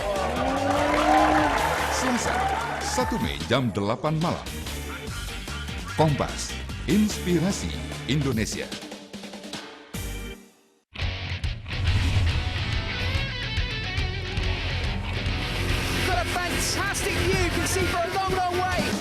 Inilah perjalanan memburu binatang-binatang pemburu yang tersebar di seluruh dunia. He's a very important man. That's Dudu. He's going to be our guide. Saksikan Deadly 60. Eksklusif dari BBC Channel Kompas, Inspirasi Indonesia. Cantikku, Natur E setiap hari. Mama cantik. Karena Natur E, Kulit sehat alami hingga nanti. cantikan 3 generasi Natur E. Dipercaya jutaan wanita Indonesia. Warna-warni informasi dan referensi mencerahkan pagi. Bosan dengan suasana rumah Anda? Kami punya referensi tentang dunia gria. Selamat pagi, kita kembali lagi di sini tentunya bersama saya David Harik. Hidangan mantap selalu menambah semangat. Perbarui terus. Cantikan 3 generasi Natur E. Dipercaya jutaan wanita Indonesia. Warna-warni informasi dan referensi mencerahkan pagi. Bosan dengan suasana rumah Anda? Kami punya referensi tentang dunia gria. Selamat pagi, kita kembali lagi di sini tentunya bersama saya David Harik. Hidangan mantap selalu menambah semangat. Perbarui terus menu Anda untuk keluarga. Kami ada liputannya. Kira-kira udah siap banget ya untuk masak nih Chef ya.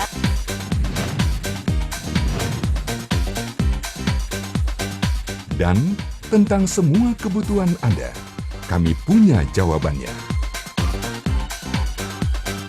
Saksikan Sapa Pagi setiap Senin sampai Jumat jam 8 pagi. Kompas, Inspirasi Indonesia.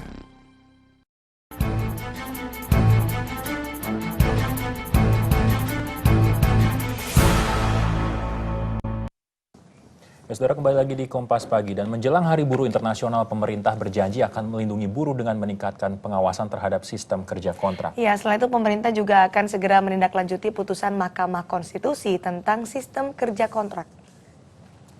Pemerintah mengupayakan perbaikan dalam masalah ketenaga kerjaan. Itulah janji yang disampaikan juru bicara Presiden sehari sebelum peringatan Hari Buruh Internasional. Pemerintah juga berupaya mengakomodasi tuntutan buruh yang berharap sistem kerja kontrak dihapus.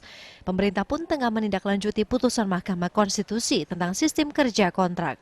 Ini juga sudah ditindaklanjuti. Dalam rapat terbatas hari ini, Presiden telah meminta kepada Menteri Tenaga Kerja agar melakukan langkah-langkah menyikapi apa yang menjadi tuntutan para buruh terkait dengan isu outsourcing. Yang tadi dijelaskan adalah bahwa Kementerian Tenaga Kerja dan Transmigrasi akan mengeluarkan bukan surat edaran, tapi lebih kepada apakah itu dalam bentuk surat keputusan atau peraturan menteri untuk menindaklanjuti pasca putusan MK terkait dengan outsourcing ini, yang merupakan revisi dari Undang-Undang 13 tahun 2003 tentang ketenaga kerjaan. Mudah-mudahan ini bisa menjawab apa yang menjadi harapan, tuntutan dari para buruh. Kita cari solusi yang terbaik. Hal senada juga disampaikan Menteri Tenaga Kerja dan Transmigrasi Muhaimin Iskandar untuk segera menindaklanjut putusan Mahkamah Konstitusi. Tetapi yang penting semua Permen 17 akan kita sempurnakan secepat mungkin. Outsourcing diawasi total sehingga buruh tidak dirugikan. Pemerintah berharap seluruh aspirasi buruh dapat terwujud sehingga hubungan antara buruh dan pengusaha dapat berjalan lebih baik. Vira Fatima, Kompas TV, Jakarta. Beragam permasalahan masih membayangi buruh di Indonesia. Tiap tahun tuntutan perbaikan kesejahteraan selalu disuarakan. Namun saudara, nyatanya kebijakan yang ada justru makin tak berpihak kepada para buruh. Iya, mulai dari penerapan sistem outsourcing, penggajian yang terkadang tidak sesuai upah minimum kota atau kabupaten, hingga perlindungan yang minim terhadap pekerja membuat posisi buruh ini selalu rentan. Ya, dan tadi seperti yang kita sudah sampaikan, kita sudah menyapa beberapa orang tamu kita yang sudah hadir di sini untuk membahas mengenai beragam masalah perburuhan yang ada di Indonesia. Dan nanti juga kita akan bergabung dengan salah satu tamu kita juga, Jamaluddin, Ketua Serikat Buruh se-Jawa Timur. Tapi nanti kita akan bergabung dari Surabaya ya. Betul. Langsung kita akan nanti bergabung. Ya. Baik, untuk membahas permasalahan yang dihadapi oleh para buruh Indonesia ini terkait 1 Mei atau May Day. Pak Marwan, sebenarnya ini sistem outsourcing sudah lama, tahun 2003. Undang-undang sudah menerapkan itu juga keputusan Menteri sejak tahun 2004. Tapi kenapa ini selalu menjadi masalah untuk outsourcing ini, Pak Marwan?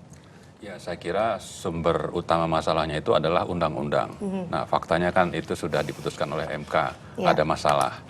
Yang kedua, saya kira dari sisi pemerintahnya sendiri itu kelihatannya komitmen untuk memihak kepada buruh itu tidak terlihat ya secara jelas. Dari mana ini, Pak, kalau misalnya kalau memang perlu ada pengawasan supaya tidak terjadi misalnya outsourcing, itu kita tidak melihat bahwa itu sudah dilakukan optimal.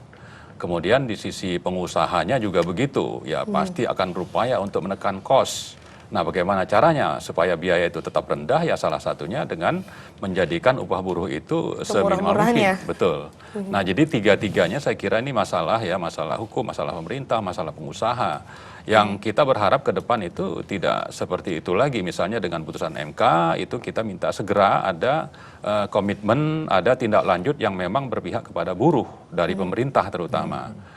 Tapi satu hal juga yang saya kira sangat penting adalah masalah pengawasan tadi. Pemerintah itu bagaimana? Ya, apakah memang punya komitmen untuk melindungi kepentingan buruh tadi? Oke, pengawasan seperti apa yang harusnya dilakukan oleh pemerintah untuk hal ini? Ya, kalau memang ada aturan, ya undang-undang misalnya lalu turun ke PP atau ke Kepmen, ini kan harus konsisten isinya. Kemudian di lapangan apakah perintah undang-undang atau yang diatur dalam PP maupun Kepmen itu konsisten juga dijalankan. Nah, di sini banyak masalah saya lihat ya, pemerintah tidak mengawasi, lalu yang namanya pengusaha itu kan berupaya tetap supaya cost itu minim. Nah, di sanalah saya kira masalahnya yang jadi korban akhirnya buruh dengan upah yang sangat minim saya kira ya, belum sesuai dengan yang seharusnya. Nah, kalau Bu Andari kita bicara juga mengenai konsistensi, terus ada komitmen, tapi kalau kita mengaca ke belakang lagi mengenai hukumnya sendiri, yang salahnya adalah sistem atau penerapannya justru, Ibu? Mungkin tadi sempat disebutkan ya, undang-undang kita memang baru berlaku tahun 2003 yang undang-undang terbaru ini. Tapi sebenarnya outsourcing sendiri dari hasil penelitian saya memang sudah sejak zaman kemerdekaan itu sudah ada outsourcing, bahkan perselisihannya sudah ada. Dan ketika dibentuk undang-undang ini, idenya adalah supaya outsourcing itu terlindungi, pekerja outsourcing terlindungi. Tetapi memang betul sekali tadi Pak Marwan juga mengatakan bahwa ternyata hanya beberapa pasal ya, pasal 64 sampai 66 yang mengatur pekerja outsourcing ini, dan tentu saja kalau kita lihat secara hukum tidak ada sanksi. Bahkan kontrak saja tidak ada sanksi pidana untuk ini, dan ini menurut saya ya kekurangan yang sangat besar di dalam hukum perburuan, karena bagaimanapun satu undang-undang dibentuk untuk dilaksanakan ya, ditegakkan. Jadi kalau tanpa sanksi menurut hukum tentu tidak tepat gitu ya. Nah, kemudian yang berikutnya adalah tadi sudah disebutkan Pak Marwan bahwa outsourcing itu memang satu-satunya jalan yang dipilih pengusaha ya, karena tuntutan keadaan di negara kita ini begitu banyak biaya yang harus ditanggung pengusaha, dan buruh sebagai satu bagian dari aset sumber daya di perusahaan tentu yang menjadi korban, karena yang lain nggak bisa gitu ya. Tadi kan kita bicara soal niat awal, sebenarnya outsourcing ini tujuannya untuk melindungi dari buruh atau pekerja. Kira-kira harusnya seperti itu. Nah, seperti apa sih kita bisa melihat perspektifnya? Melindungi ini dalam hal apa begitu? Ya, yang pertama tentu di dalam perburuan itu ada hubungan hukum ya. Di dalam outsourcing tidak jelas, artinya buruh tidak punya hubungan hukum dengan perusahaan pengguna atau users. Tentu dengan putusan Mahkamah Konstitusi tadi, niatnya adalah memperjelas hubungan dengan antara pengusaha dan buruh, karena kemudian salah satu bagian dari putusan outsourcing itu adalah buruh bekerja sebagai pekerja tetap di perusahaan outsourcing. Tetapi tentu tidak semudah itu, karena buruh yang bekerja secara outsourcing tergantung pada pekerjaan yang akan ada atau memang ada untuk dia, atau sampai berapa lama. Dan itu masalahnya. kemudian dari walaupun sudah ada putusan ya.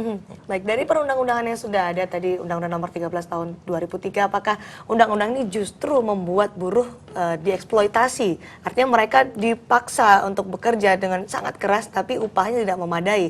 Ini memang sudah terlihat jelas, tapi apakah benar undang-undang ini akhirnya membuat buruh menjadi sebuah komoditas? Ya, saya kira seperti itulah adanya. Jadi buruh itu menjadi salah satu faktor produksi ya, disamakan dengan mesin ya, atau modal, sehingga dengan begitu bagaimana supaya usaha itu bisa berjalan secara efisien. Nah, salah satu caranya tadi biayanya itu ditekan dengan membuat faktor produksi, yaitu SDM itu atau buruh itu dibuat sangat rendah. Dan upaya ke sana itu ya dilakukan dengan berbagai cara. Kalau memang bisa dimulai dengan membuat aturan yang mendukung mereka untuk melakukan itu, ya mereka akan berupaya dan mempengaruhi pembuatan undang-undang itu. Saya kira pengusaha di sini juga sangat berperan untuk membuat supaya undang-undang itu memang pro kepada mereka atau menguntungkan mereka. Nah, kalau kita lihat dari perbincangan kita menyatakan bahwa memang peraturan ini hanya membahas tentang garis besar saja dari outsourcing, artinya tidak terlalu detail sehingga penerapannya melenceng kemana-mana. Apakah undang-undang ini perlu direvisi atau justru diubah dan bahkan mungkin yang ekstrim dihapuskan, Bu Andari? Revisi Undang-Undang 13 2003 ini sudah hampir 2 tahun, 2 tahun didengungkan akan dilakukan, dan beberapa kali yang saya lakukan adalah membantu dari instansi maupun dari teman-teman pengusaha dan serikat pekerja, dan sampai sekarang belum tercapai. Tentu masalah-masalahnya adalah selain masalah jam sostek dan lain-lain, juga masalah yang terbesar adalah ada aturan mengenai pekerja outsourcing. Sempat juga dicetuskan bahwa ini akan menjadi suatu produk hukum sendiri, yang tadi disebutkan oleh Pak Maulana sebagai PP atau sebagai Perpres. Tetapi kesulitannya tentu saya kira buruh tidak ada yang menginginkan ini menjadi suatu produk hukum peraturan perundang-undangan, karena semakin melegalkan hampir semua jenis pekerjaan nanti rencananya akan bisa di-outsource-kan, dan itu bahaya sekali tentu ya, karena beberapa pekerjaan punya tanggung jawab dan punya tingkat kesulitan yang berbeda satu sama lain. Dan tidak serta-merta bisa di-outsourcing begitu saja? Tidak serta-merta bisa di-outsourcing karena berkaitan dengan tanggung jawab pekerja sendiri terhadap pengusaha. Apalagi ini juga peraturan ini masih untuk mengatur bagi pekerjaan yang tidak membutuhkan keahlian khusus, artinya daya tawar karyawan sendiri rendah untuk hal ini, Pak Marwan. Betul ya, saya kira begitu. Jadi kembali tadi ke masalah aturan, seandainya pun sekarang ini tidak bisa segera dilakukan perbaikan undang-undang karena butuh waktu, tapi dengan dengan Perpu misalnya itu bisa dilakukan. Kemudian yang kedua ya Permen misalnya bisa diperbaiki untuk menolong supaya tidak menunggu. Kalau menunggu nanti selesainya pembahasan undang-undang itu bisa 2 tahun, 3 tahun, betul. Ya, tentunya yang kita tunggu nanti bagaimana kesejahteraan bagi para buruh ini. Betul. Nah, itu nanti yang akan kita bicarakan juga seusai jeda pariwara berikut ini. Dan saudara tetaplah bersama kami di Kompas Pagi. Kami akan kembali sesaat lagi.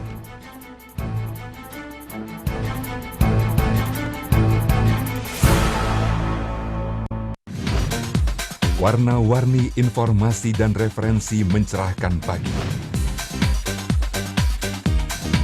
Hidangan mantap selalu menambah semangat. Kami ada liputannya. Dan tentang semua kebutuhan Anda, kami punya jawabannya. Saksikan Sapa Pagi setiap Senin sampai Jumat jam 8 pagi. Kompas, Inspirasi Indonesia. Saya Wibowo, finalis stand up komedi Indonesia Season 2 yang juga seorang lawyer. Alasan saya ikut stand up comedy karena this is my passion. I wanna share life with people. Saya juga lebih senang teh daripada kopi. Saya Wibowo dari Jakarta. Yuk, kita bicara serius tentang hal-hal yang tidak serius. Karena everybody knew you're the lawyer.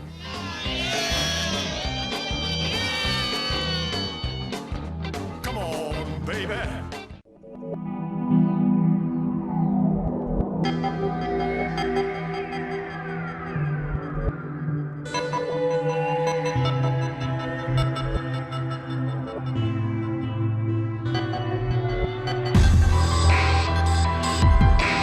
Saatnya pilih yang lebih baik.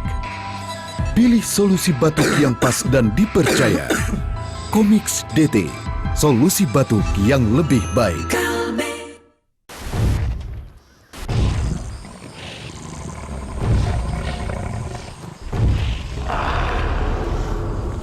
Planet Dinosaur. Segera. Kompas. Inspirasi Indonesia.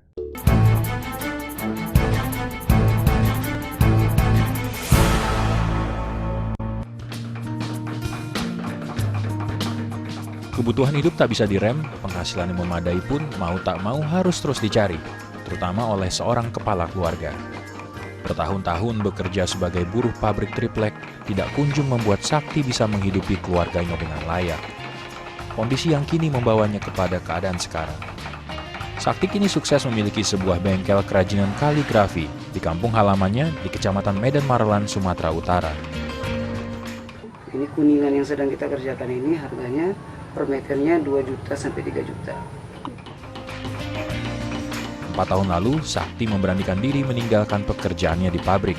Dengan modal keterampilan merangkai huruf-huruf Arab, ia menularkannya kepada beberapa teman dan kini 8 orang menjadi tenaga kerjanya. Berkat kesabaran dan kerja keras, usaha kerajinan kaligrafi milik Sakti kini sudah punya langganan tetap, mulai dari kolektor kaligrafi hingga sejumlah masjid dari berbagai daerah. Bahri, Kompas TV, Medan, Sumatera Utara.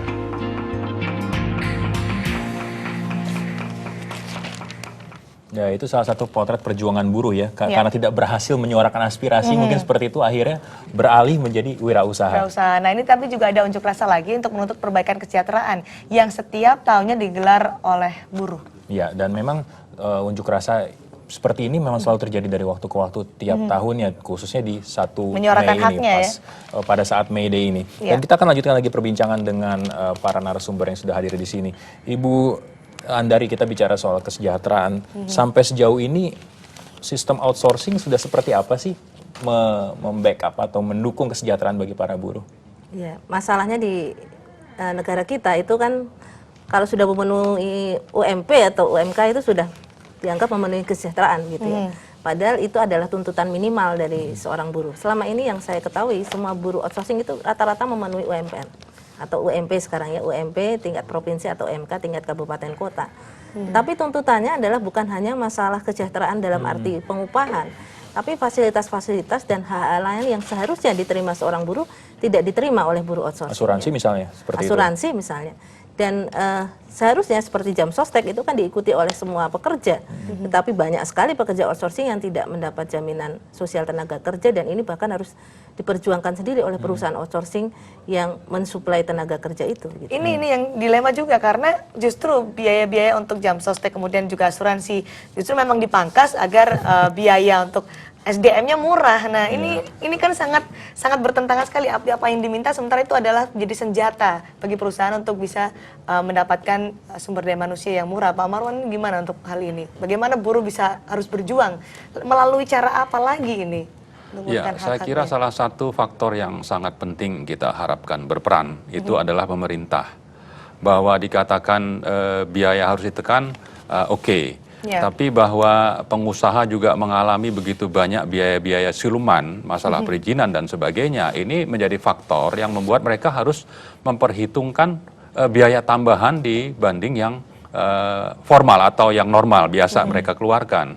Nah, kita berharap di satu sisi pemerintah itu bisa menekan pengusaha untuk meningkatkan kesejahteraan, di sisi lain ke dalam itu birokrasi yang ada di pemerintah itu juga mengurangi biaya-biaya siluman tadi. Jadi masalah persaingan misalnya dengan luar negeri. Kalau salah satu yang dijual adalah bahwa biaya di Indonesia, buruh di Indonesia murah. Tapi yang sering kita lihat dari berbagai kajian dari lembaga-lembaga yang memeringkat negara itu faktor yang sangat diperhitungkan adalah masalah perizinan. Jadi perizinan mereka anggap nih biaya yang harus dikeluarkan oleh pengusaha di Indonesia.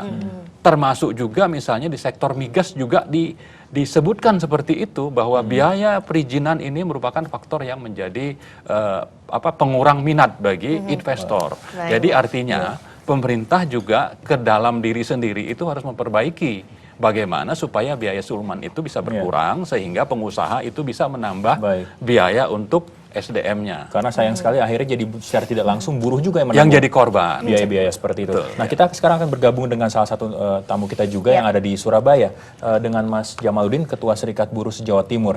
Nah, kita coba sapa dulu. Selamat pagi Mas Jamal. Selamat pagi. Iya, Mas Jamal, saya mau langsung bertanya nih, kalau menurut Mas Jamal, sebenarnya upah yang saat ini Mas Jamal terima sudah cocok belum? Sudah pas belum? Atau apalagi ingin dicari oleh Mas Jamal? Iya, jadi upah buruh di Indonesia hari ini masih rendah dan masih murah. Jadi standar upah minimum ini hanya memperhitungkan kebutuhan hidup lajang. Buruh yang berkeluarga itu tidak tercover. Kemudian di lapangan upah minimum ini kan sebenarnya untuk yang masa kerja 0 sampai 1 tahun. Tetapi kenyataannya buruh yang bekerja bertahun-tahun ini upahnya masih sebesar upah minimum. Bahkan yang paling mengenaskan adalah buruh kontrak dan outsourcing atau buruh alih daya. Ini upahnya ini sangat rendah.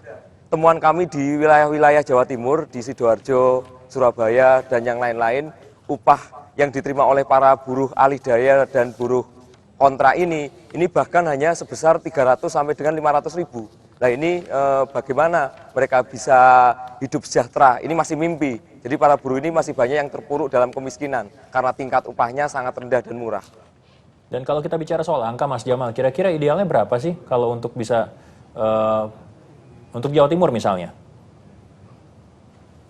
Kalau upah layak itu idealnya adalah 5 juta. Jadi dengan angka 5 juta ini sudah memperhitungkan kebutuhan hidup keluarga, istri dan anak.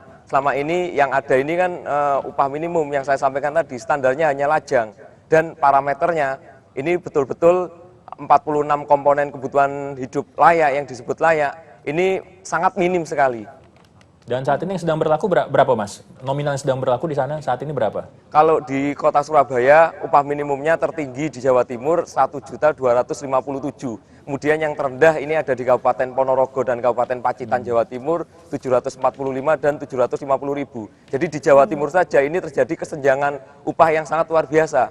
Padahal harga-harga ini relatif sama.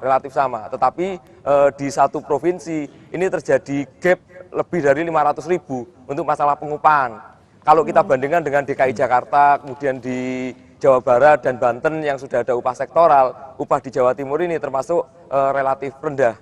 Jadi Surabaya misalnya ini kalah jauh dengan DKI Jakarta, dengan Bekasi, dengan Depok, dengan Tangerang, dengan Bandung dan wilayah-wilayah yang lain. Ini salah satu permasalahan serius di negeri ini soal politik upah murah. Yang tidak terlepas dari kebijakan negara, Peraturan Menteri Tenaga Kerja nomor 17 tahun 2005 yang 46 komponen KHL ini masih belum mampu menjawab persoalan peningkatan kesejahteraan buruh. Ini yang menjadi salah satu tuntutan kita hari ini, Mas. Baik, kita sambung lagi, nanti kita mau bertanya dulu dengan yang ada di Jakarta sini. Pak Marwan, 5 juta yang diharapkan oleh Mas Jamaluddin mewakili Serikat Buruh di Jawa Timur. Realistiskah angka ini, 5 juta rupiah? Ya mungkin standar itu terlalu tinggi lah ya kalau bicara kondisi Indonesia. Tapi saya kira kalau harus menerima tidak sampai 2 juta itu juga bermasalah, sangat bermasalah. Itu artinya. Betul. Jadi kira-kira angka yang di tengah-tengah berapa? Ya mungkin sekitar 2,5 sampai 3 juta atau 3 juta lah, saya kira itu sudah lumayan cukup memenuhi kebutuhan para buruh itu, saya kira. Itu realistis, angka realistisnya adalah 2,5 hingga 3 juta rupiah per bulannya. Ya. Dan ini kita masih bicara soal baru sebatas upah ya, belum yang lain-lain lagi. Nah, nanti kita akan lanjutkan lagi perbincangan ini, dan saudara tetaplah bersama kami di Kompas Pagi.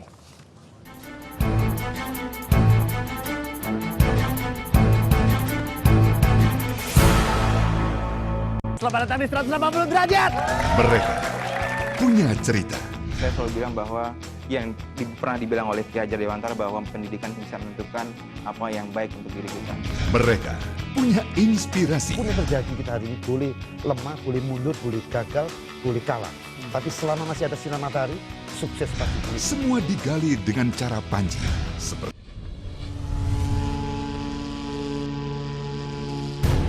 terkungkung di bawah tanah kota-kota besar di dunia. Our cisterns and libraries, dungeons, hidden tunnels. There are entire cities buried beneath our feet. Temukan rahasia bawah tanah dunia dalam Cities of the Underworld. Mulai 11 Mei jam 10 malam. Kompas, Inspirasi Indonesia. Tepar gue. Jadwal padat, harus cepat, kepanasan, kehujanan. Wow. Minum Promuno, suplemen anti tepar, membuat tubuh tangguh, menambah imun tubuh. Promuno, anti tepar. Promuno. Jangan lewatkan Ala Rian, Episode Pentingnya Sekolah. Selasa, 1 Mei jam 8 malam. Kompas, Inspirasi Indonesia.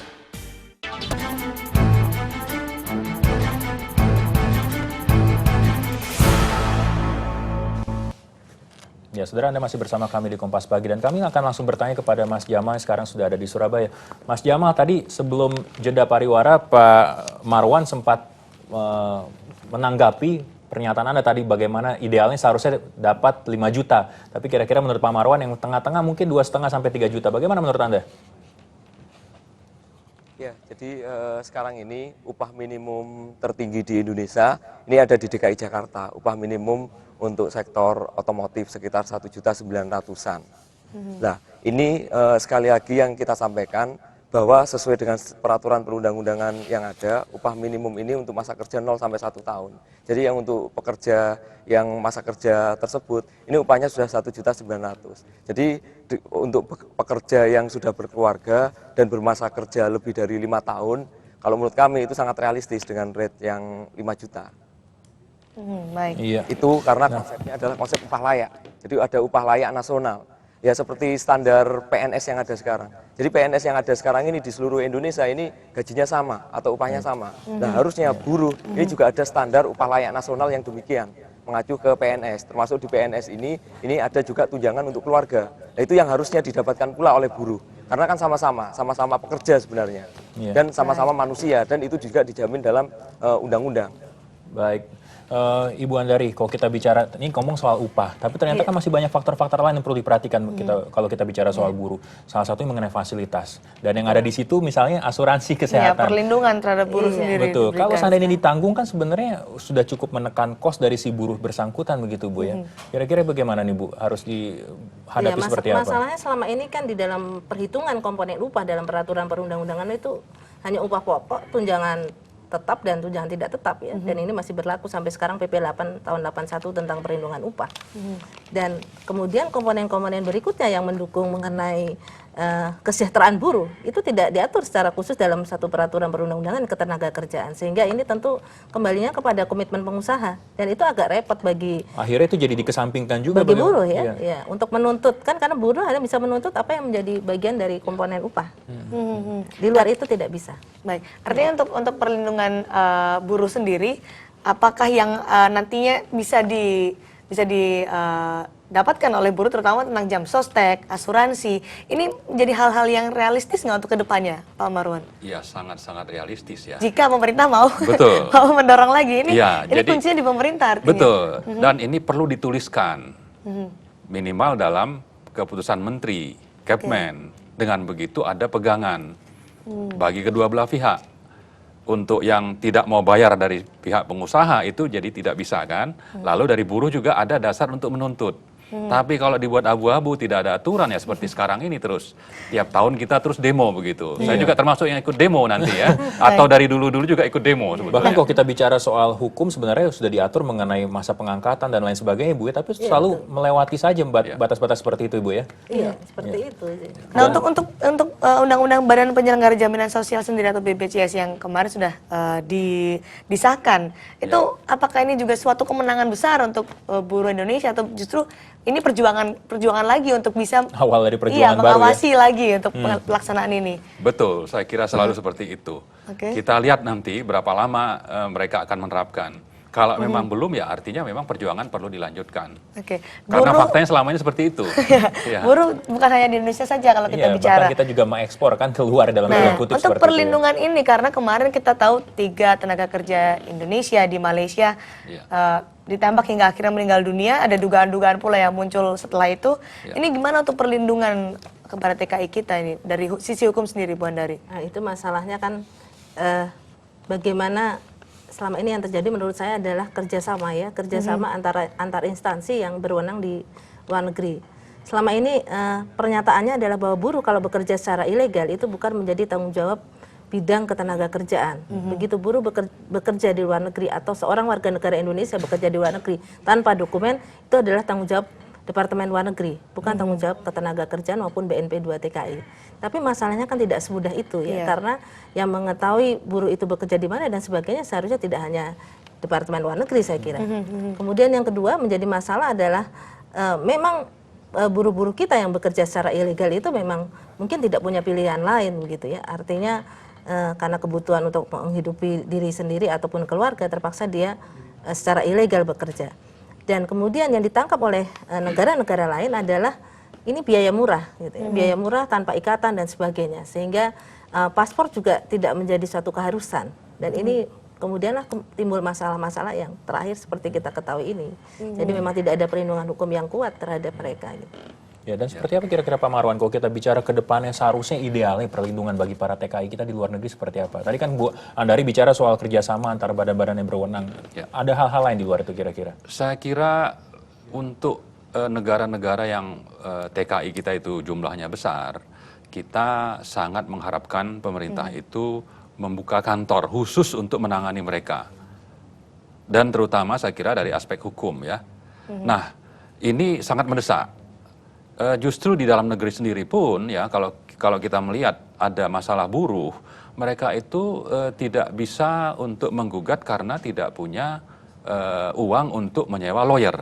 Nah, saya kira saya menganjurkan teman-teman serikat buruh itu membuat kantor, menempatkan orang yang dedicated untuk menangani masalah mereka. Ada perwakilan di sana juga untuk bisa mengawasi. Ya, jadi di dalam negeri sangat kita butuhkan supaya kalau ada masalah-masalah dengan pengusaha, dengan perusahaan itu ada memang kantor yang khusus yang menjadi milik mereka, yang mewakili kepentingan mereka. Nah, sama juga dengan di luar negeri misalnya di Malaysia, di Arab Saudi, atau di Hong Kong, itu kantor-kantor khusus yang menangani buruh ini sangat mendesak untuk kita punyai. Artinya betul, Pak ya. Baik.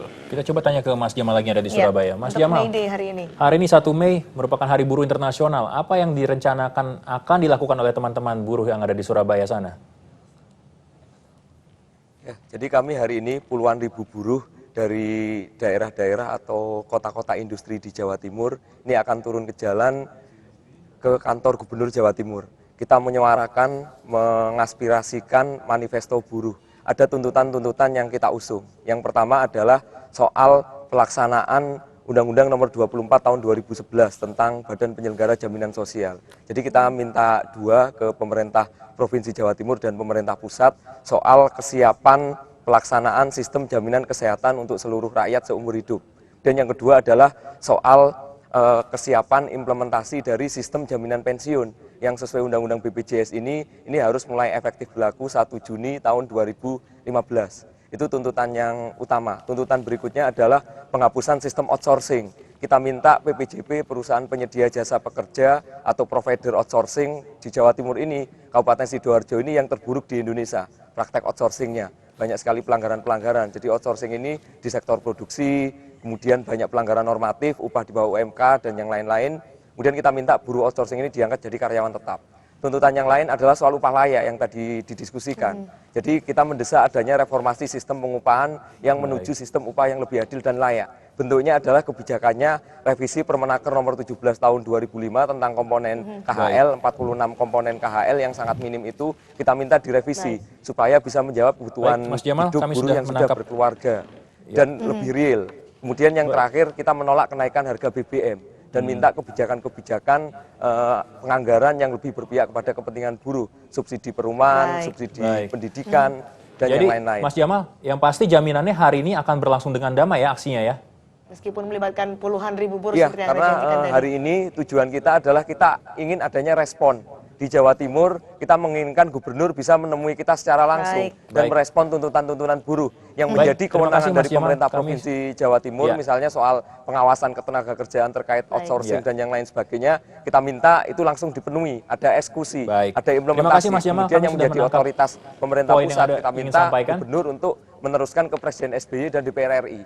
Baik, terima kasih Mas Jamal dan tentunya kami berharap aksi-aksi yang dilakukan oleh teman-teman yang ada di Surabaya sana bisa berlangsung dengan damai. Terima kasih sekali lagi atas penjelasannya untuk hari ini dan itu tadi sekaligus juga menutup perbincangan kita untuk kali ini dan sekali lagi tentunya kita berharap mungkin ada satu yang ingin saya tekankan untuk buruh, banyak orang yang mengetahui buruh itu hanya mereka yang bekerja di pabrik dan lain sebagainya, tapi sebenarnya pekerja secara keseluruhan yang menerima upah adalah buruh, begitu ya Bu ya? Iya, betul sekali. itu Yang mungkin perjuangkan haknya hari ini. Iya, Baik. itu dia mungkin Terima kita kasih Bu Andari, terima kasih juga Pak Marwan dan juga Mas Jamaluddin di Surabaya. Iya. Kami akan kembali dengan sejumlah informasi lainnya, saudara, usai jeda berikut.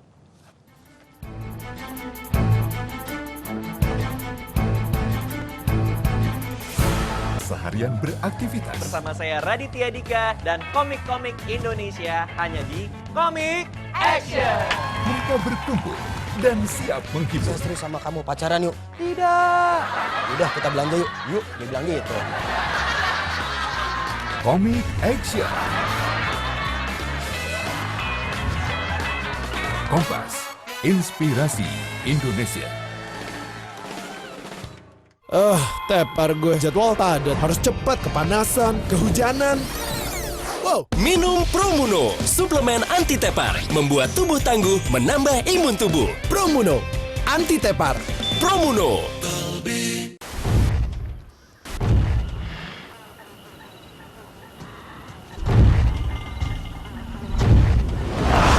Planet Dinosaur. Segera. Kompas, inspirasi Indonesia.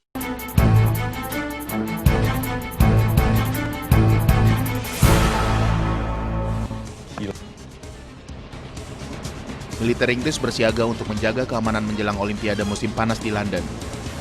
88 hari sebelum Olimpiade dimulai, militer Inggris akan menempatkan rudal di gedung tinggi untuk mencegah ancaman teroris seperti yang terjadi pada 9 September 2001. Sebagai pendukung utama Amerika Serikat dalam penanganan terorisme global, Inggris memang kerap menjadi sasaran gerakan teroris. Kerusuhan antar napi terjadi di penjara La Planta, Caracas, Venezuela. Kerusuhan ini mengakibatkan bentrok antara napi dan polisi yang mencoba meredakan situasi. Kerusuhan ini bermula ketika pihak penjara menggagalkan aksi melarikan diri massal di penjara ini melalui saluran pembuangan air. Suara tembakan dan gas air mata terdengar dari luar penjara. Di Venezuela, ratusan orang tewas dalam kerusuhan dan perkelahian geng di penjara. Cliff Palmer, seorang pengusaha Australia, mengumumkan rencana membangun kembali kapal Titanic era baru.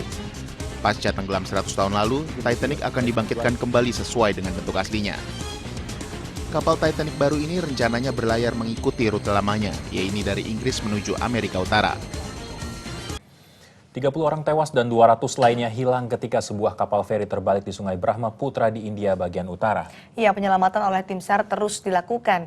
Tim SAR terus bekerja keras melakukan penyelamatan meskipun hujan deras dan angin kencang menghadang mereka. Sekitar 300 penumpang tenggelam di malam hari ketika kapal mereka terbalik di sungai terbesar di India ini. 100 penumpang dapat diselamatkan dari kecelakaan buruk yang menimpa mereka. Dan saat kejadian banyak penumpang duduk di atap feri. Umumnya penumpang adalah petani lokal yang tinggal di kawasan India Utara.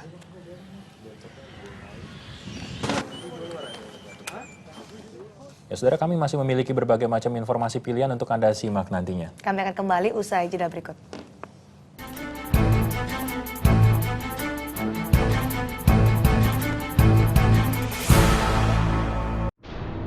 Ribuan cerita tersebar di seluruh penjuru Nusantara.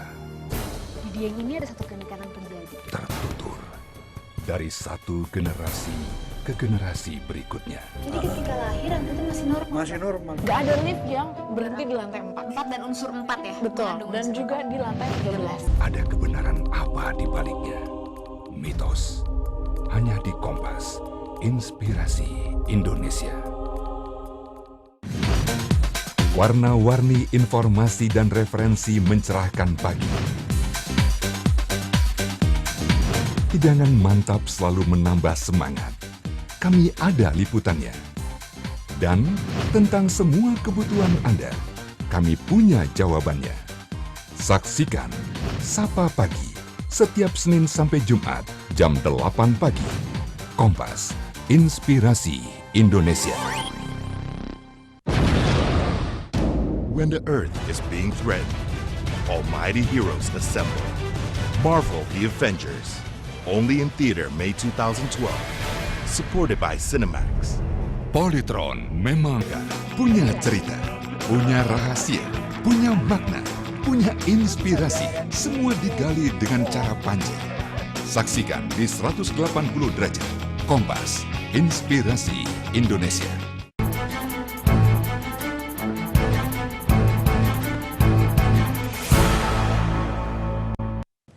Anda kembali di Kompas Pagi, Saudara, dan kali ini kami punya berita unik dari Cina, yaitu seorang nenek yang punya hobi unik untuk menjaga kesehatannya. Ya, dan ternyata memang usia nggak menghalangi seseorang untuk bisa tetap berolahraga sih. Dan aktivitasnya, tapi hobi uniknya ini adalah dia menari di tiang yang biasanya dilakukan anak muda. Oh, pole dance nih. Pole dance. Nah, Coba kita lihat. lihat.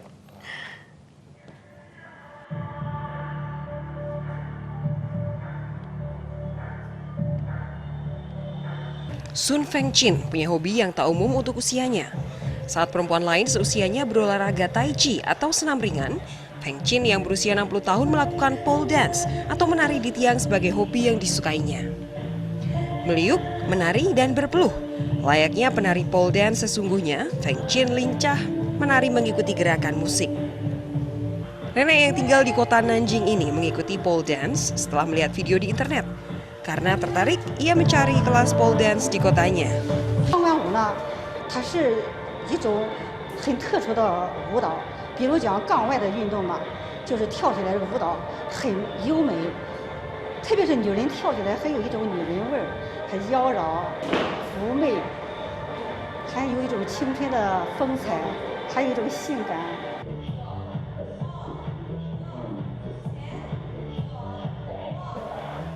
Pole dance tak hanya menonjolkan sensualitas dan keseksian penarinya, tetapi juga memerlukan keseimbangan dan teknik tingkat tinggi.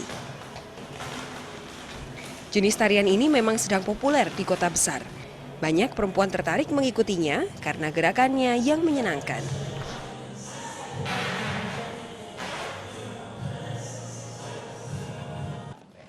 Iya, masih energik. Dan berikut kita punya informasi dari dunia film nih, Cindy. Jonathan White yang diperankan oleh Channing Tatum mungkin tidak mengira bahwa bertugas di lingkungan masa kecilnya membuat kehidupannya menjadi ruwet. Ya, karena kedatangan Jonathan malah membuat misteri lama yang sempat menghilang kembali muncul dan justru mengancam keluarganya. Betul sekali, dan itu menjadi kisah utama film The Son of No One yang juga dibintangi oleh Al Pacino, Katie Holmes, dan Ray Liotta. Dan saudara, berikut kami hadirkan cuplikan film The Son of No One yang sekaligus menjadi akhir jumpa kita di Kompas Pagi edisi 1 Mei 2012. Saya Teguh Parvinanda. Dan saya Cindy Sistiarani, sampai jumpa dan selamat beraktivitas.